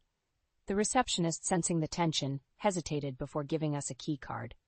As we rode the elevator, Ethan's father placed a comforting hand on my shoulder. "You're doing the right thing, Helena," he said softly. I nodded, unable to speak past the lump in my throat. We paused outside the room. I could hear muffled laughter from inside. With a deep breath, I swiped the key card. The door swung open. Ethan and Angie froze mid-embrace, their faces a mask of shock and horror. "Helena?" Ethan gasped, stumbling backward. "Mom? Dad? What are you?" "Save it," I snapped, my voice steadier than I felt. I pulled out my phone, showing him the tracking app. "I know everything, Ethan. The hotels, the lies, all of it." Angie scrambled to gather her things, her face burning with shame. Ethan's parents stood silent, their disappointment palpable. "Helena, please," Ethan begged, reaching for me. "I can explain." I stepped back, my anger rising. "Explain what? How you've been living a double life? How you made me feel like I was crazy for suspecting something was wrong?" "I never meant to hurt you," he stammered. A bitter laugh escaped me. "You gave me an ultimatum, Ethan. My career or our marriage, all while you were sneaking around with her." I gestured to Angie, who flinched, and then Ethan's father stepped forward, his face a storm of anger. "Son, how'd you do this? To Helena? To your family?" "Dad, Ethan started, but his mother cut him off. "We raised you better than this," she said, her voice quivering with disappointment. As the reality of the situation sank in, Ethan's facade crumbled. He sank onto the bed, head in his hands. I'm sorry, he whispered. I'm so sorry. But his words felt hollow. I looked at the man I'd loved, the life we'd built, and felt nothing but a vast, aching emptiness. I want a divorce, I said, the words ringing with finality. Ethan's head snapped up, his eyes wide with panic. No, Helena, please. We can work this out. I'll do anything. It's too late, I interrupted. You made your choice. Now I'm making mine. As I turned to leave, Angie spoke up. Helena, I'm sorry. I didn't know. I held up a hand, silencing her. Save it. You're welcome to him. With that, I walked out of the room, out of the marriage that had defined me for so long. Ethan's parents followed, leaving him alone with the wreckage of his choices.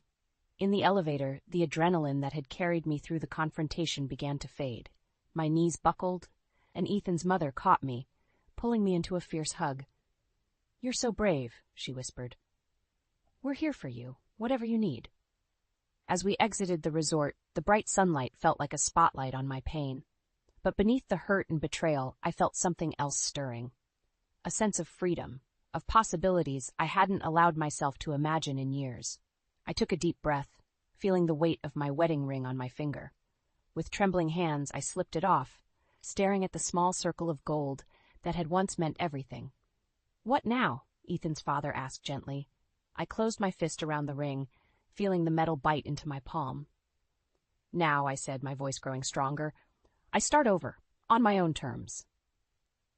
As we drove away from the resort, leaving Ethan and our shattered marriage behind, I felt a strange mix of grief and hope. The road ahead was uncertain, but for the first time in years, it was mine to choose. The weeks following the confrontation at the resort were a whirlwind of lawyers, paperwork, and tears. Ethan begged and pleaded, promising to change, swearing he'd do anything to save our marriage. But the trust was shattered, and I knew there was no going back. I stood in my living room, surrounded by boxes. The house that had once been our shared dream now felt like a prison of memories. I'd decided to sell it, to cut all ties with the life I'd shared with Ethan.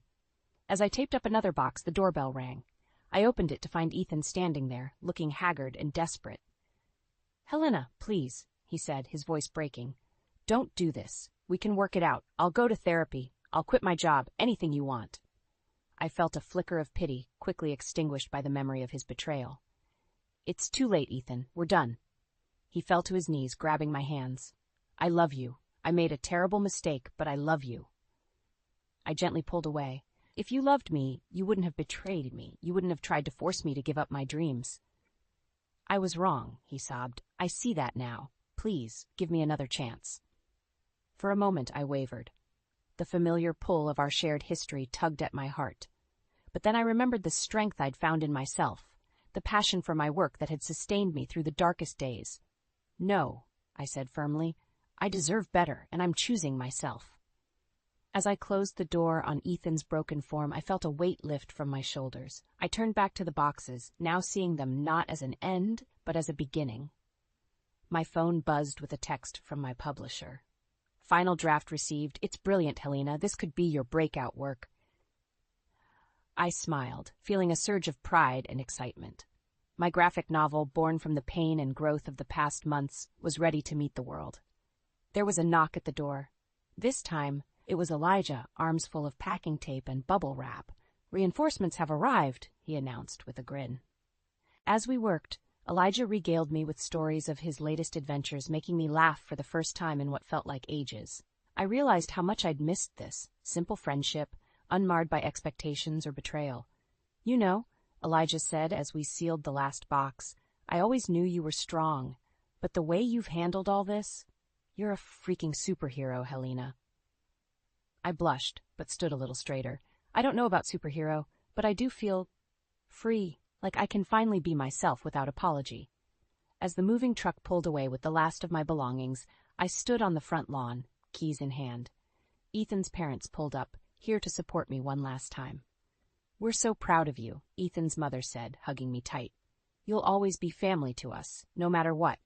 I handed them the keys. Thank you, for everything. With a deep breath, I walked away from the house, from the life I'd thought I wanted. Each step felt lighter, filled with possibility. Elijah waited by his car. Ready for your new adventure? I looked back at the house one last time, then turned to face the open road ahead. more than ready. As we drove away, the setting sun painted the sky in brilliant hues of pink and gold. It felt like a sign, an ending, yes, but also a beautiful new beginning. I thought of my graphic novel, of the strong, resilient heroine I'd created. I realized now that she wasn't just a character. She was the woman I'd become through this ordeal. "You know," I said to Elijah, "I think I have an idea for my next book." He grinned. "I can't wait to read it." As the familiar streets of my old life faded in the rearview mirror, I felt a sense of peace settle over me. The road ahead was uncertain, but for the first time in years, I was excited to see where it would lead. I was Helena, artist, survivor, and author of my own story, and this was just the beginning. The scent of lavender fabric softener clung to Peter's shirt as I pulled it from the dryer. It was a comforting smell, one that usually brought a smile to my face, but not today. Today, as I reached into his pocket to check for loose change before folding, my fingers brushed against something cold and metallic. I fished it out, my heart racing as I uncurled my fingers. There, nestled in my palm, was a delicate gold wedding band. But it wasn't mine. "Hannah?" Peter's voice echoed from downstairs. "Have you seen my blue tie?" I froze, the ring burning in my hand. "Just a minute," I called back, my voice surprisingly steady. I quickly slipped the ring into my own pocket and grabbed his tie from the laundry basket. As I descended the stairs, Peter was pacing in the living room, checking his watch. "There you are," he said, barely looking up. "I'm running late for my meeting." I handed him the tie, studying his face. Did he know I'd found the ring? Was there a flicker of guilt in his eyes? But he just gave me a perfunctory peck on the cheek and headed for the door. "Peter," I said, my voice catching. He turned, eyebrows raised.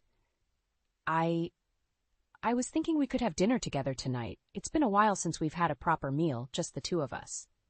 He sighed, checking his watch again. "I don't know, Hannah. This project is really heating up. I might be working late." "Oh." I tried to hide my disappointment. "Well, maybe tomorrow then?" "We'll see," he said, already halfway out the door. "Don't wait up." The slam of the door echoed through the empty house. I sank onto the couch, my hand instinctively reaching for the ring in my pocket. 20 years of marriage, and this is what it had come to: secrets and lies wrapped in a gold band that wasn't mine. I pulled out my phone, my finger hovering over my best friend Maggie's number. But what would I say? "Hey, Mag, I think my husband's cheating on me." The words stuck in my throat. Instead, I found myself dialing another number. It rang twice before a cheerful voice answered. "Moore and Associates. How may I direct your call?" "Yes, hello," I said, my voice barely above a whisper. "I'd like to speak with someone about hiring a private investigator." There was a pause on the other end. "Of course, ma'am. I'll transfer you to Mr. Moore. May I have your name?" I hesitated, then squared my shoulders. Hannah Thompson." As I waited to be transferred, I caught sight of our wedding photo on the mantel. Peter and I, young and in love, beaming at the camera. When had that happiness slipped away? And more importantly, how had I not noticed? The line clicked and a deep voice came on. "Mrs. Thompson, this is Jack Moore. I understand you're interested in our services." I took a deep breath, twisting my ring on my finger. "Yes, Mr. Moore, I need your help. I think my husband is having an affair." There was a moment of silence, then Mr. Moore spoke again, his voice gentle but professional. "I'm sorry to hear that, Mrs. Thompson. Can you tell me what's led you to this conclusion?" I opened my mouth to respond, but the words caught in my throat. How could I explain the years of growing distance, the late nights at the office, the way Peter's eyes no longer lit up when he saw me? And now, the damning evidence of that other ring, hidden away in Peter's pocket like a dirty secret. As I struggled to find the right words, I heard the front door open. My heart leapt into my throat. "I'm sorry, Mr. Moore," I whispered urgently. "I have to go. I'll call you back." I ended the call just as Peter walked into the living room, his brow furrowed. "Hannah, who were you talking to?" I plastered on a smile, hoping he couldn't hear the pounding of my heart. "Oh, just Maggie. Girl talk, you know." He nodded absently, already loosening his tie. "Listen, I forgot some files I need for my meeting. I'll be heading back out in a minute." As he climbed the stairs, I felt the weight of the other woman's ring in my pocket, a silent accusation against the man I thought I knew. In that moment, I made a decision. I wouldn't confront Peter, not yet. First, I needed answers, and I would get them no matter the cost. I couldn't sleep that night, tossing and turning as memories of Peter and I flooded my mind. How had we gone from that bright-eyed couple to this? I glanced at Peter's sleeping form, his back turned to me. When had that become the norm? As dawn broke, I slipped out of bed, careful not to wake him. In the kitchen, I absently stirred my coffee, lost in thought. The first time I met Peter flashed before my eyes. A chance encounter at a bookstore, both of us reaching for the same novel. "You have excellent taste," he'd said, flashing that charming smile that made my heart skip a beat. We'd spent hours talking that day about books, dreams, life. It felt like I'd known him forever. Now, 20 years later, I wondered if I'd ever really known him at all. The sound of Peter's footsteps jolted me back to reality. He entered the kitchen, already dressed for work. "Morning," he mumbled, barely glancing my way as he poured his coffee. I took a deep breath. "Peter, I was thinking, maybe we could take a weekend trip soon? Just the two of us?" He frowned, checking his phone. "Hannah, you know how busy work is right now. I can't just take off." "It doesn't have to be now." I pressed. "Maybe next month? We could go to that little B&B we loved, remember?" Peter sighed, finally looking at me. "Look, I appreciate the thought, but now's not a good time. Maybe later, okay?" As he turned to leave, I felt something inside me snap. "When is it ever a good time, Peter? When was the last time we did anything together?" He paused, his back to me. "Hannah, don't start. I don't have time for this right now." "You never have time," I exclaimed, my voice rising. "You're always working, always busy. It's like I don't even exist anymore." Peter whirled around, his face flushed with anger. "What do you want from me, Hannah? I'm working my ass off to provide for us, and all you do is complain." His words hit me like a slap. "All I do? I've dedicated my life to our home, to you. And this is how you repay me?" For a moment I thought I saw a flicker of guilt in his eyes, but it was quickly replaced by cold indifference. "I have to go," he said flatly. "We'll talk about this later." As the door slammed behind him, I sank to the floor, my body shaking with sobs. How had we become strangers living under the same roof? With trembling hands, I pulled out my phone and dialed Mr. Moore's number. It was time to face the truth, no matter how painful. "Mrs. Thompson," his calm voice answered. "I'm glad you called back. Are you ready to proceed?" I took a deep breath, steeling myself. "Yes, Mr. Moore, I need to know the truth about my husband." "I understand," he replied. "Can you tell me about any suspicious behavior you've noticed?" I hesitated, then spilled everything, the late nights, the emotional distance, and finally, the ring I'd found. As I spoke, I felt a strange mix of relief and dread. "That's certainly concerning," Mr. Moore said when I finished. "We'll start our investigation immediately. But Mrs. Thompson, I must warn you, are you prepared for what we might uncover?"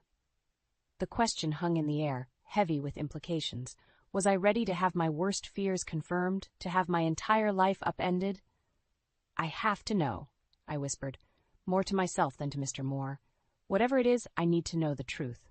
"Very well," he replied. "We'll be in touch soon with our findings." As I ended the call, I noticed a text from Peter. "Working late tonight. Don't wait up." My fingers hovered over the keypad, a dozen angry responses flashing through my mind. Instead, I simply replied, "Okay." I looked around our home, filled with memories of happier times, photos of our wedding, our honeymoon, holidays spent together. Each image now felt like a mockery of what we'd become. Whatever Mr. Moore uncovered, I knew one thing for certain: nothing would ever be the same again. And as that realization sank in, I felt a strange sense of calm wash over me. The worst was yet to come, but for the first time in years I was ready to face it head on. The manila envelope sat on the kitchen table, taunting me. Mr. Moore had delivered it personally this morning, his face grim as he handed it over. "Mrs. Thompson," he'd said, "I think you should prepare yourself." Now, hours later, I still couldn't bring myself to open it. The truth I'd been seeking suddenly felt too heavy to bear. But as I heard Peter's key in the lock, I knew it was now or never. "Hannah?" Peter called out, his voice echoing through the house. "You home?" I took a deep breath, steeling myself. In the kitchen. He walked in, loosening his tie. His eyes fell on the envelope. "What's that?" "Why don't you tell me, Peter?" I said, my voice surprisingly steady. I pushed the envelope towards him. "Go ahead, open it." Confusion flickered across his face as he reached for it. "Hannah, what's going on?" Just open it, I repeated, my heart pounding. As Peter pulled out the contents, photographs, hotel receipts, a transcript of a damning phone conversation, I watched the color drain from his face. Hannah, he started, his voice low. I can explain. Explain. I cut him off, anger surging through me. Explain how you've been lying to me for months, how you've been sneaking around with her. I grabbed one of the photos, shoving it in his face. It showed Peter and a young blonde woman, locked in an intimate embrace outside a hotel. Who is she, Peter? How long has this been going on? He ran a hand through his hair, sighing heavily. Her name's Amber. We met at a conference 6 months ago. It just happened. It just happened, I repeated incredulously. For 6 months? And what about this? I pulled out the other woman's wedding ring from my pocket, the one I'd found in his laundry. Peter's eyes widened in recognition. Where did you? It doesn't matter, I snapped. What matters is that you've been living a double life, Peter. You've made a fool of me, of our marriage. Oh, come on, Hannah, Peter scoffed, his initial shock giving way to defensiveness. It's not like our marriage has been perfect. When was the last time you did anything besides play housewife? His words hit me like a slap. Play housewife? I've dedicated my life to our home, to you. And that's the problem, Peter shouted, slamming his hand on the table. You've become nothing but a housewife. Where's the woman I fell in love with, the one with dreams and ambitions? I stared at him, stunned. So this is my fault? Because I chose to support you, to build our life together? Peter's face softened slightly. Hannah, that's not what I meant. It's just, things change, people change. And instead of talking to me about it, you decided to cheat? I felt tears stinging my eyes. Was I really that unimportant to you? Of course not, Peter said, reaching for my hand. I jerked away. Hannah, please, we can work this out. I'll end things with Amber. We can go to counseling. No, I cut him off, my voice firm. There's no coming back from this, Peter. You've broken us beyond repair. So that's it? Peter's voice rose again. 20 years of marriage, and you're just giving up? I'm not the one who gave up, I shot back. You did that the moment you decided to betray me. We stood there, the weight of 2 decades crumbling between us. Finally, Peter spoke, his voice cold. Fine. If that's how you want it, I'll call my lawyer in the morning. As he stormed out of the kitchen, I called after him, Peter. He turned, a flicker of hope in his eyes. Don't forget to take your girlfriend's ring with you, I said, tossing it at his feet. The sound of the front door slamming echoed through the house. I sank into a chair, my body shaking with sobs. Everything I thought I knew, everything I'd built my life around had just shattered. But as the initial shock subsided, I felt something else stirring within me. A spark of determination. Peter might have broken my heart, but I refused to let him break my spirit. Whatever came next, I would face it head on. This wasn't the end of my story. It was just the beginning of a new chapter. The house felt emptier than ever as I wandered from room to room, unable to settle. It had been 3 days since my confrontation with Peter, and he hadn't come home since. Part of me was relieved, but another part, a part I hated, missed him desperately. I found myself in our bedroom, staring at the photos on the dresser. 20 years of memories, now tainted by betrayal. As I picked up our wedding photo, something inside me cracked. What if I had overreacted? What if there was still a chance to save our marriage? Before I could talk myself out of it, I grabbed my phone and dialed Peter's number. It went straight to voicemail. Peter, it's me, I said, my voice shaking. I think we need to talk. Please come home. Hours passed with no response. I paced the living room, rehearsing what I'd say when he arrived, how I'd apologize for my anger, how we could work through this together. But as night fell, the house remained silent. Just as I was about to give up hope, I heard a key in the lock. My heart leaped as Peter walked in, looking tired and disheveled. Hannah, he said, his voice wary, I got your message. I took a deep breath. Peter, I'm sorry. I shouldn't have reacted so harshly. I think if we just talk. Stop. He cut me off, holding up a hand. Hannah, I'm only here to get some clothes. I'm staying at Amber's for now. His words hit me like a punch to the gut. You're living with her? Peter sighed, running a hand through his hair. It's complicated, Hannah. But yes, I am. But I called to apologize, to try and work things out, I stammered, feeling foolish and small. Work things out? Peter laughed bitterly. Hannah, our marriage has been over for a long time. We were just going through the motions. That's not true, I protested weakly. We can fix this, Peter. We can go to counseling, try to reconnect.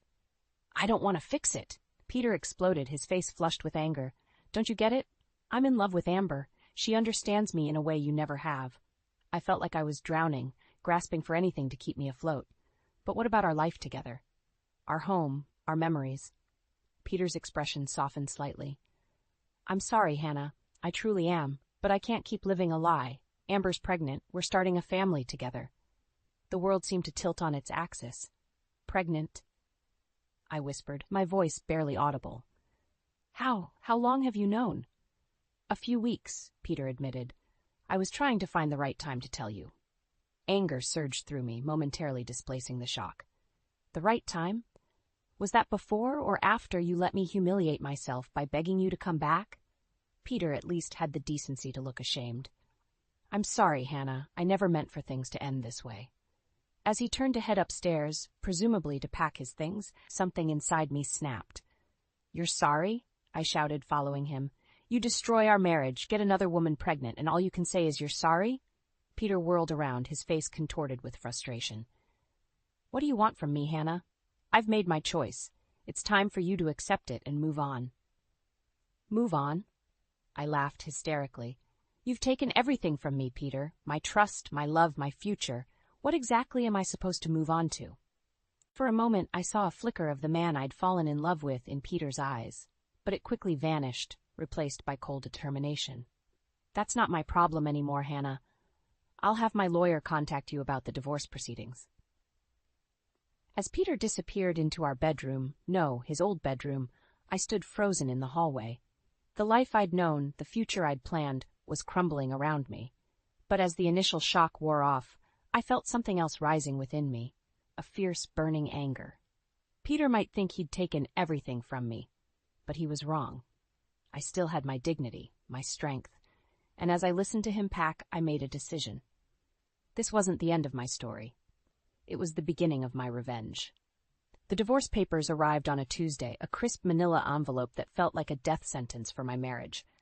I stared at Peter's signature, the familiar scrawl now seeming cold and foreign. My hands shook as I reached for the phone, dialing my sister Kate's number. Hannah, what's wrong? Kate's concerned voice came through. He's really doing it, Kate, I choked out. Peter's filed for divorce. Oh, honey, Kate sighed. I'm coming over. Don't you dare sign anything until I get there. An hour later, Kate was at my kitchen table, poring over the documents. Her brow furrowed as she flipped through the pages. Hannah, have you read this thoroughly? I shook my head, still numb. I just saw his signature and... Kate's face hardened. Well, you need to read it. Peter's trying to screw you over. Those words jolted me out of my stupor. What do you mean? He's claiming that since you were just a housewife, Kate spat the words, you're not entitled to half of the assets. He's offering you a pittance, Hannah. Anger flared within me, momentarily displacing the grief. How dare he?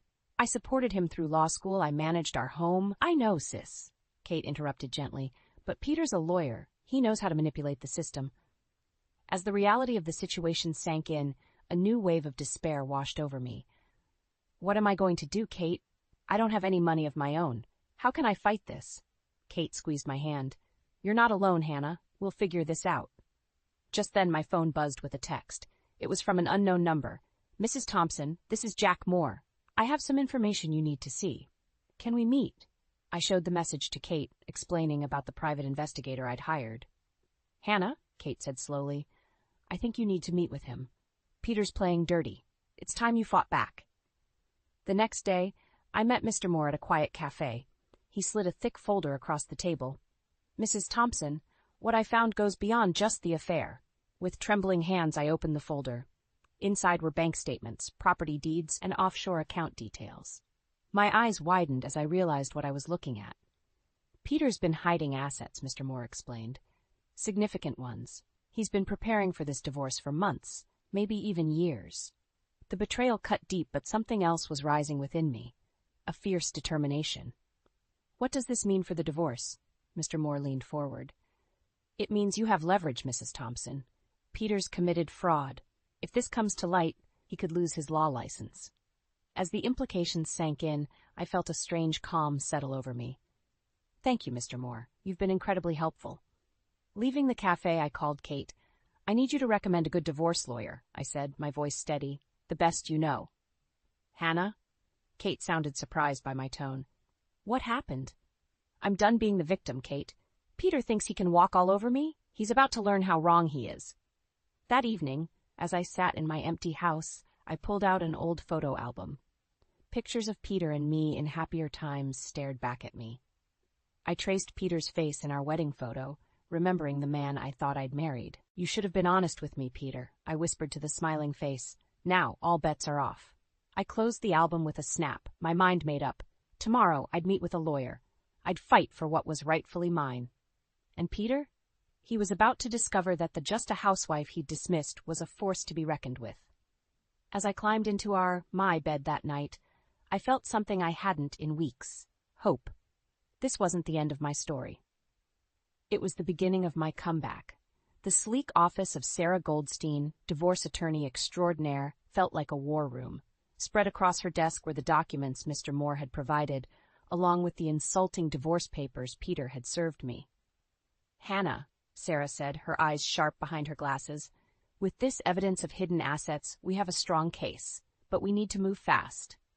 I nodded, a newfound determination coursing through me. What's our next step? We file a countersuit, Sarah explained.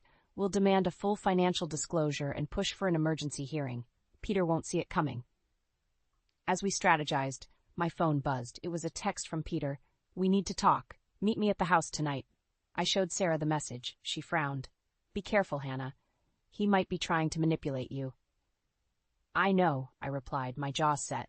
But I'm not the same woman he left behind. I can handle Peter now. That evening, I walked into our once shared home, my heart pounding, but my resolve firm. Peter was waiting in the living room, looking haggard. Hannah, he started, his voice softer than I'd heard in months. I've been thinking, maybe we rushed into this divorce. Maybe we could try counseling? For a moment my heart leapt, but then I remembered the hidden assets, the lies, the other woman carrying his child. Why the sudden change of heart, Peter? He ran a hand through his hair, a gesture I once found endearing. I miss you, Hannah, our life together. It's not the same with, well, you know. With Amber? I supplied, watching him flinch at the name. Your pregnant girlfriend? Peter's eyes widened. How did you? I know a lot of things now, Peter. I cut him off, including the offshore accounts and hidden properties. The color drained from his face. Hannah, I can explain. Save it, I snapped. I'm done with your explanations and your lies. You wanted a divorce? You've got one, but it's going to be on my terms now. Peter's demeanor changed instantly, his face hardening. You're bluffing. You don't have any proof. I pulled out my phone, showing him a photo of one of the documents Mr. Moore had provided. Want to bet your law license on that? For a moment, I saw fear in Peter's eyes. Then, like a cornered animal, he lashed out. You think you can threaten me? I made you, Hannah. Without me, you're nothing but a washed-up housewife. His words stung, but I refused to let him see how they affected me. Is that what you think? Well, this washed-up housewife is about to take you for everything you've got. Peter lunged forward, grabbing my arm. You can't do this to me. I won't let you ruin everything I've worked for. Fear surged through me, but I stood my ground. Let go of me, Peter. Now. Just then, the front door burst open. Kate rushed in, followed by a police officer. Hannah, are you okay? I got worried when you didn't answer my calls. Peter released me immediately, stepping back. The officer looked between us. Is everything all right here? I rubbed my arm, already feeling bruises forming. No, I said firmly. It's not. I'd like to press charges for assault. As the officer led Peter away, reading him his rights, I felt a strange mix of emotions, relief, sadness, and a grim satisfaction. Kate hugged me tightly. Oh, Hannah, I'm so sorry. Are you sure you want to go through with the charges? I nodded, watching as Peter was placed in the police car. Yes, it's time he faced consequences for his actions. That night, as I lay in bed, the events of the day replayed in my mind. Peter's attempt at reconciliation, his true colors showing when cornered, the fear I'd felt when he grabbed me. But beneath it all was a steely resolve. I'd stood up to Peter. I'd refused to be manipulated or intimidated. For the first time in years, I felt truly in control of my life. Tomorrow would bring new challenges, court hearings, divorce proceedings, rebuilding my life. But as I drifted off to sleep, I knew one thing for certain: I was ready to face whatever came next. The old Hannah was gone, and in her place was a woman who would never again let anyone underestimate or mistreat her. The courthouse loomed before me, its stone facade a silent witness to countless battles. Today it would host mine. I smoothed my skirt, took a deep breath, and walked in, Sarah Goldstein at my side. "Remember," Sarah whispered, "stay calm, no matter what Peter or his lawyers say. We have the upper hand." I nodded, steeling myself as we entered the courtroom. Peter was already there, looking polished in an expensive suit. Our eyes met, and I saw a flicker of surprise, perhaps at my composure, or the determination in my gaze. As the judge entered and proceedings began, I felt a surreal calm.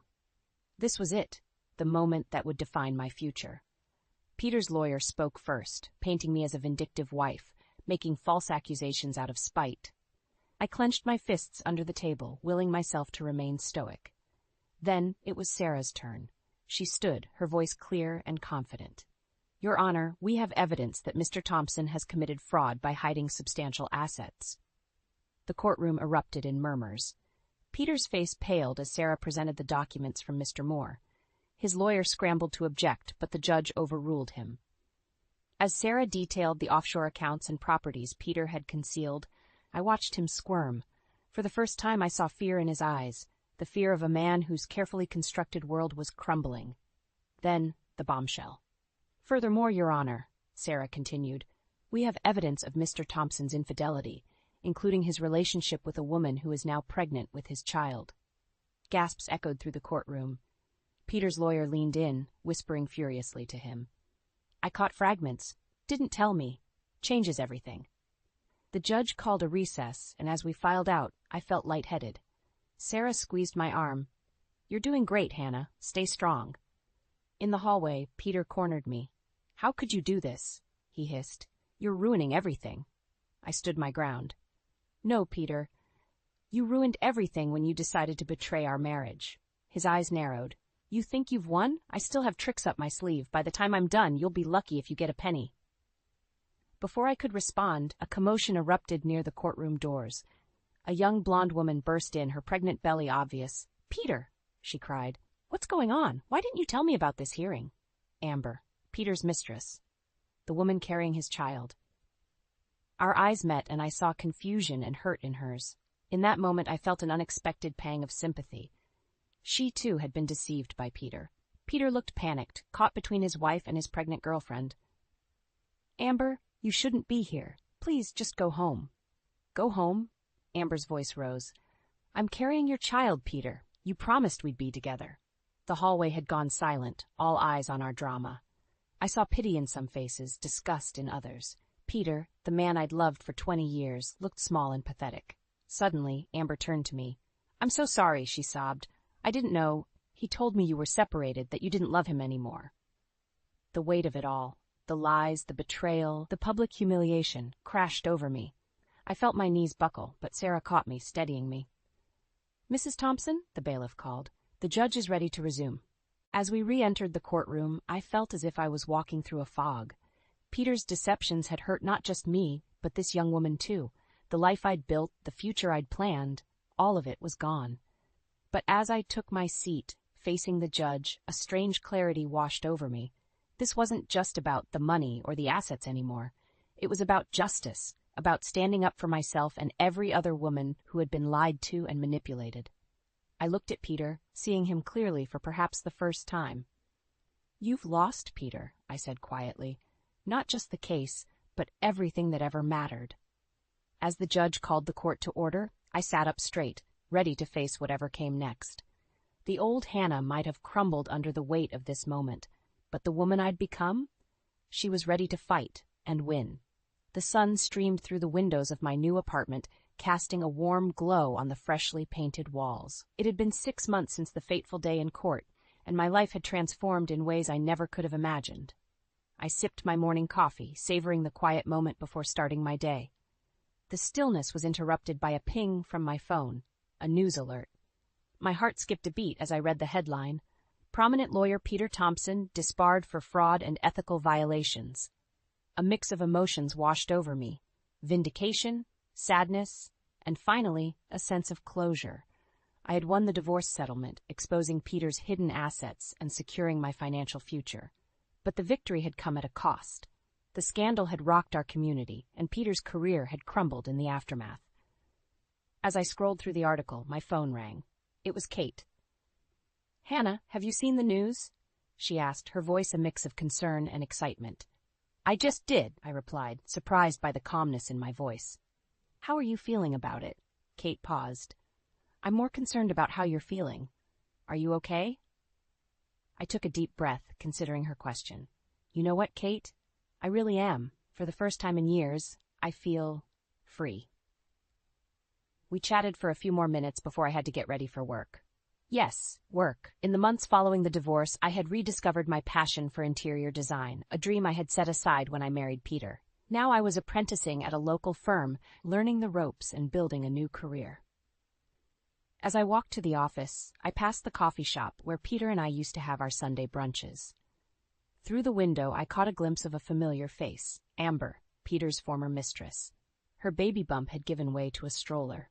Our eyes met, and after a moment's hesitation, she gave me a small, sad smile. I nodded in return, feeling a surprising lack of bitterness.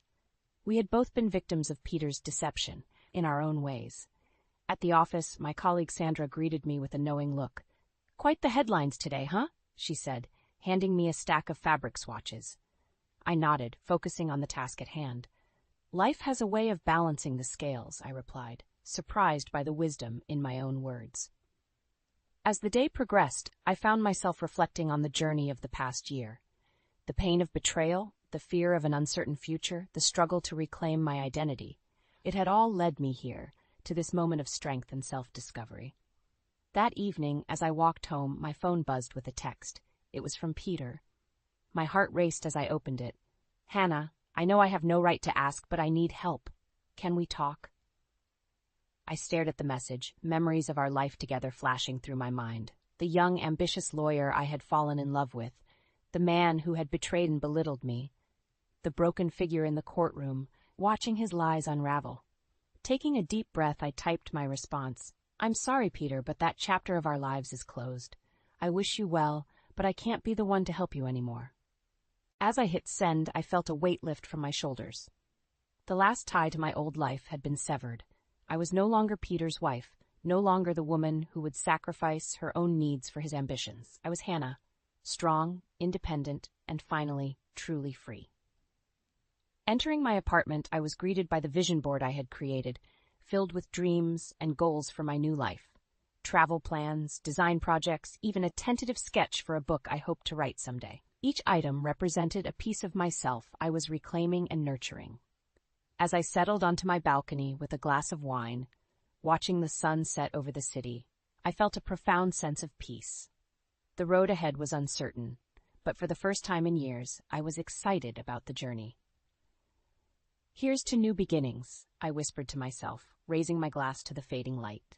The Hannah who had started this journey would never have believed where it would lead. But the woman I had become, she was ready for anything life might bring. And that, I realized, was the greatest victory of all.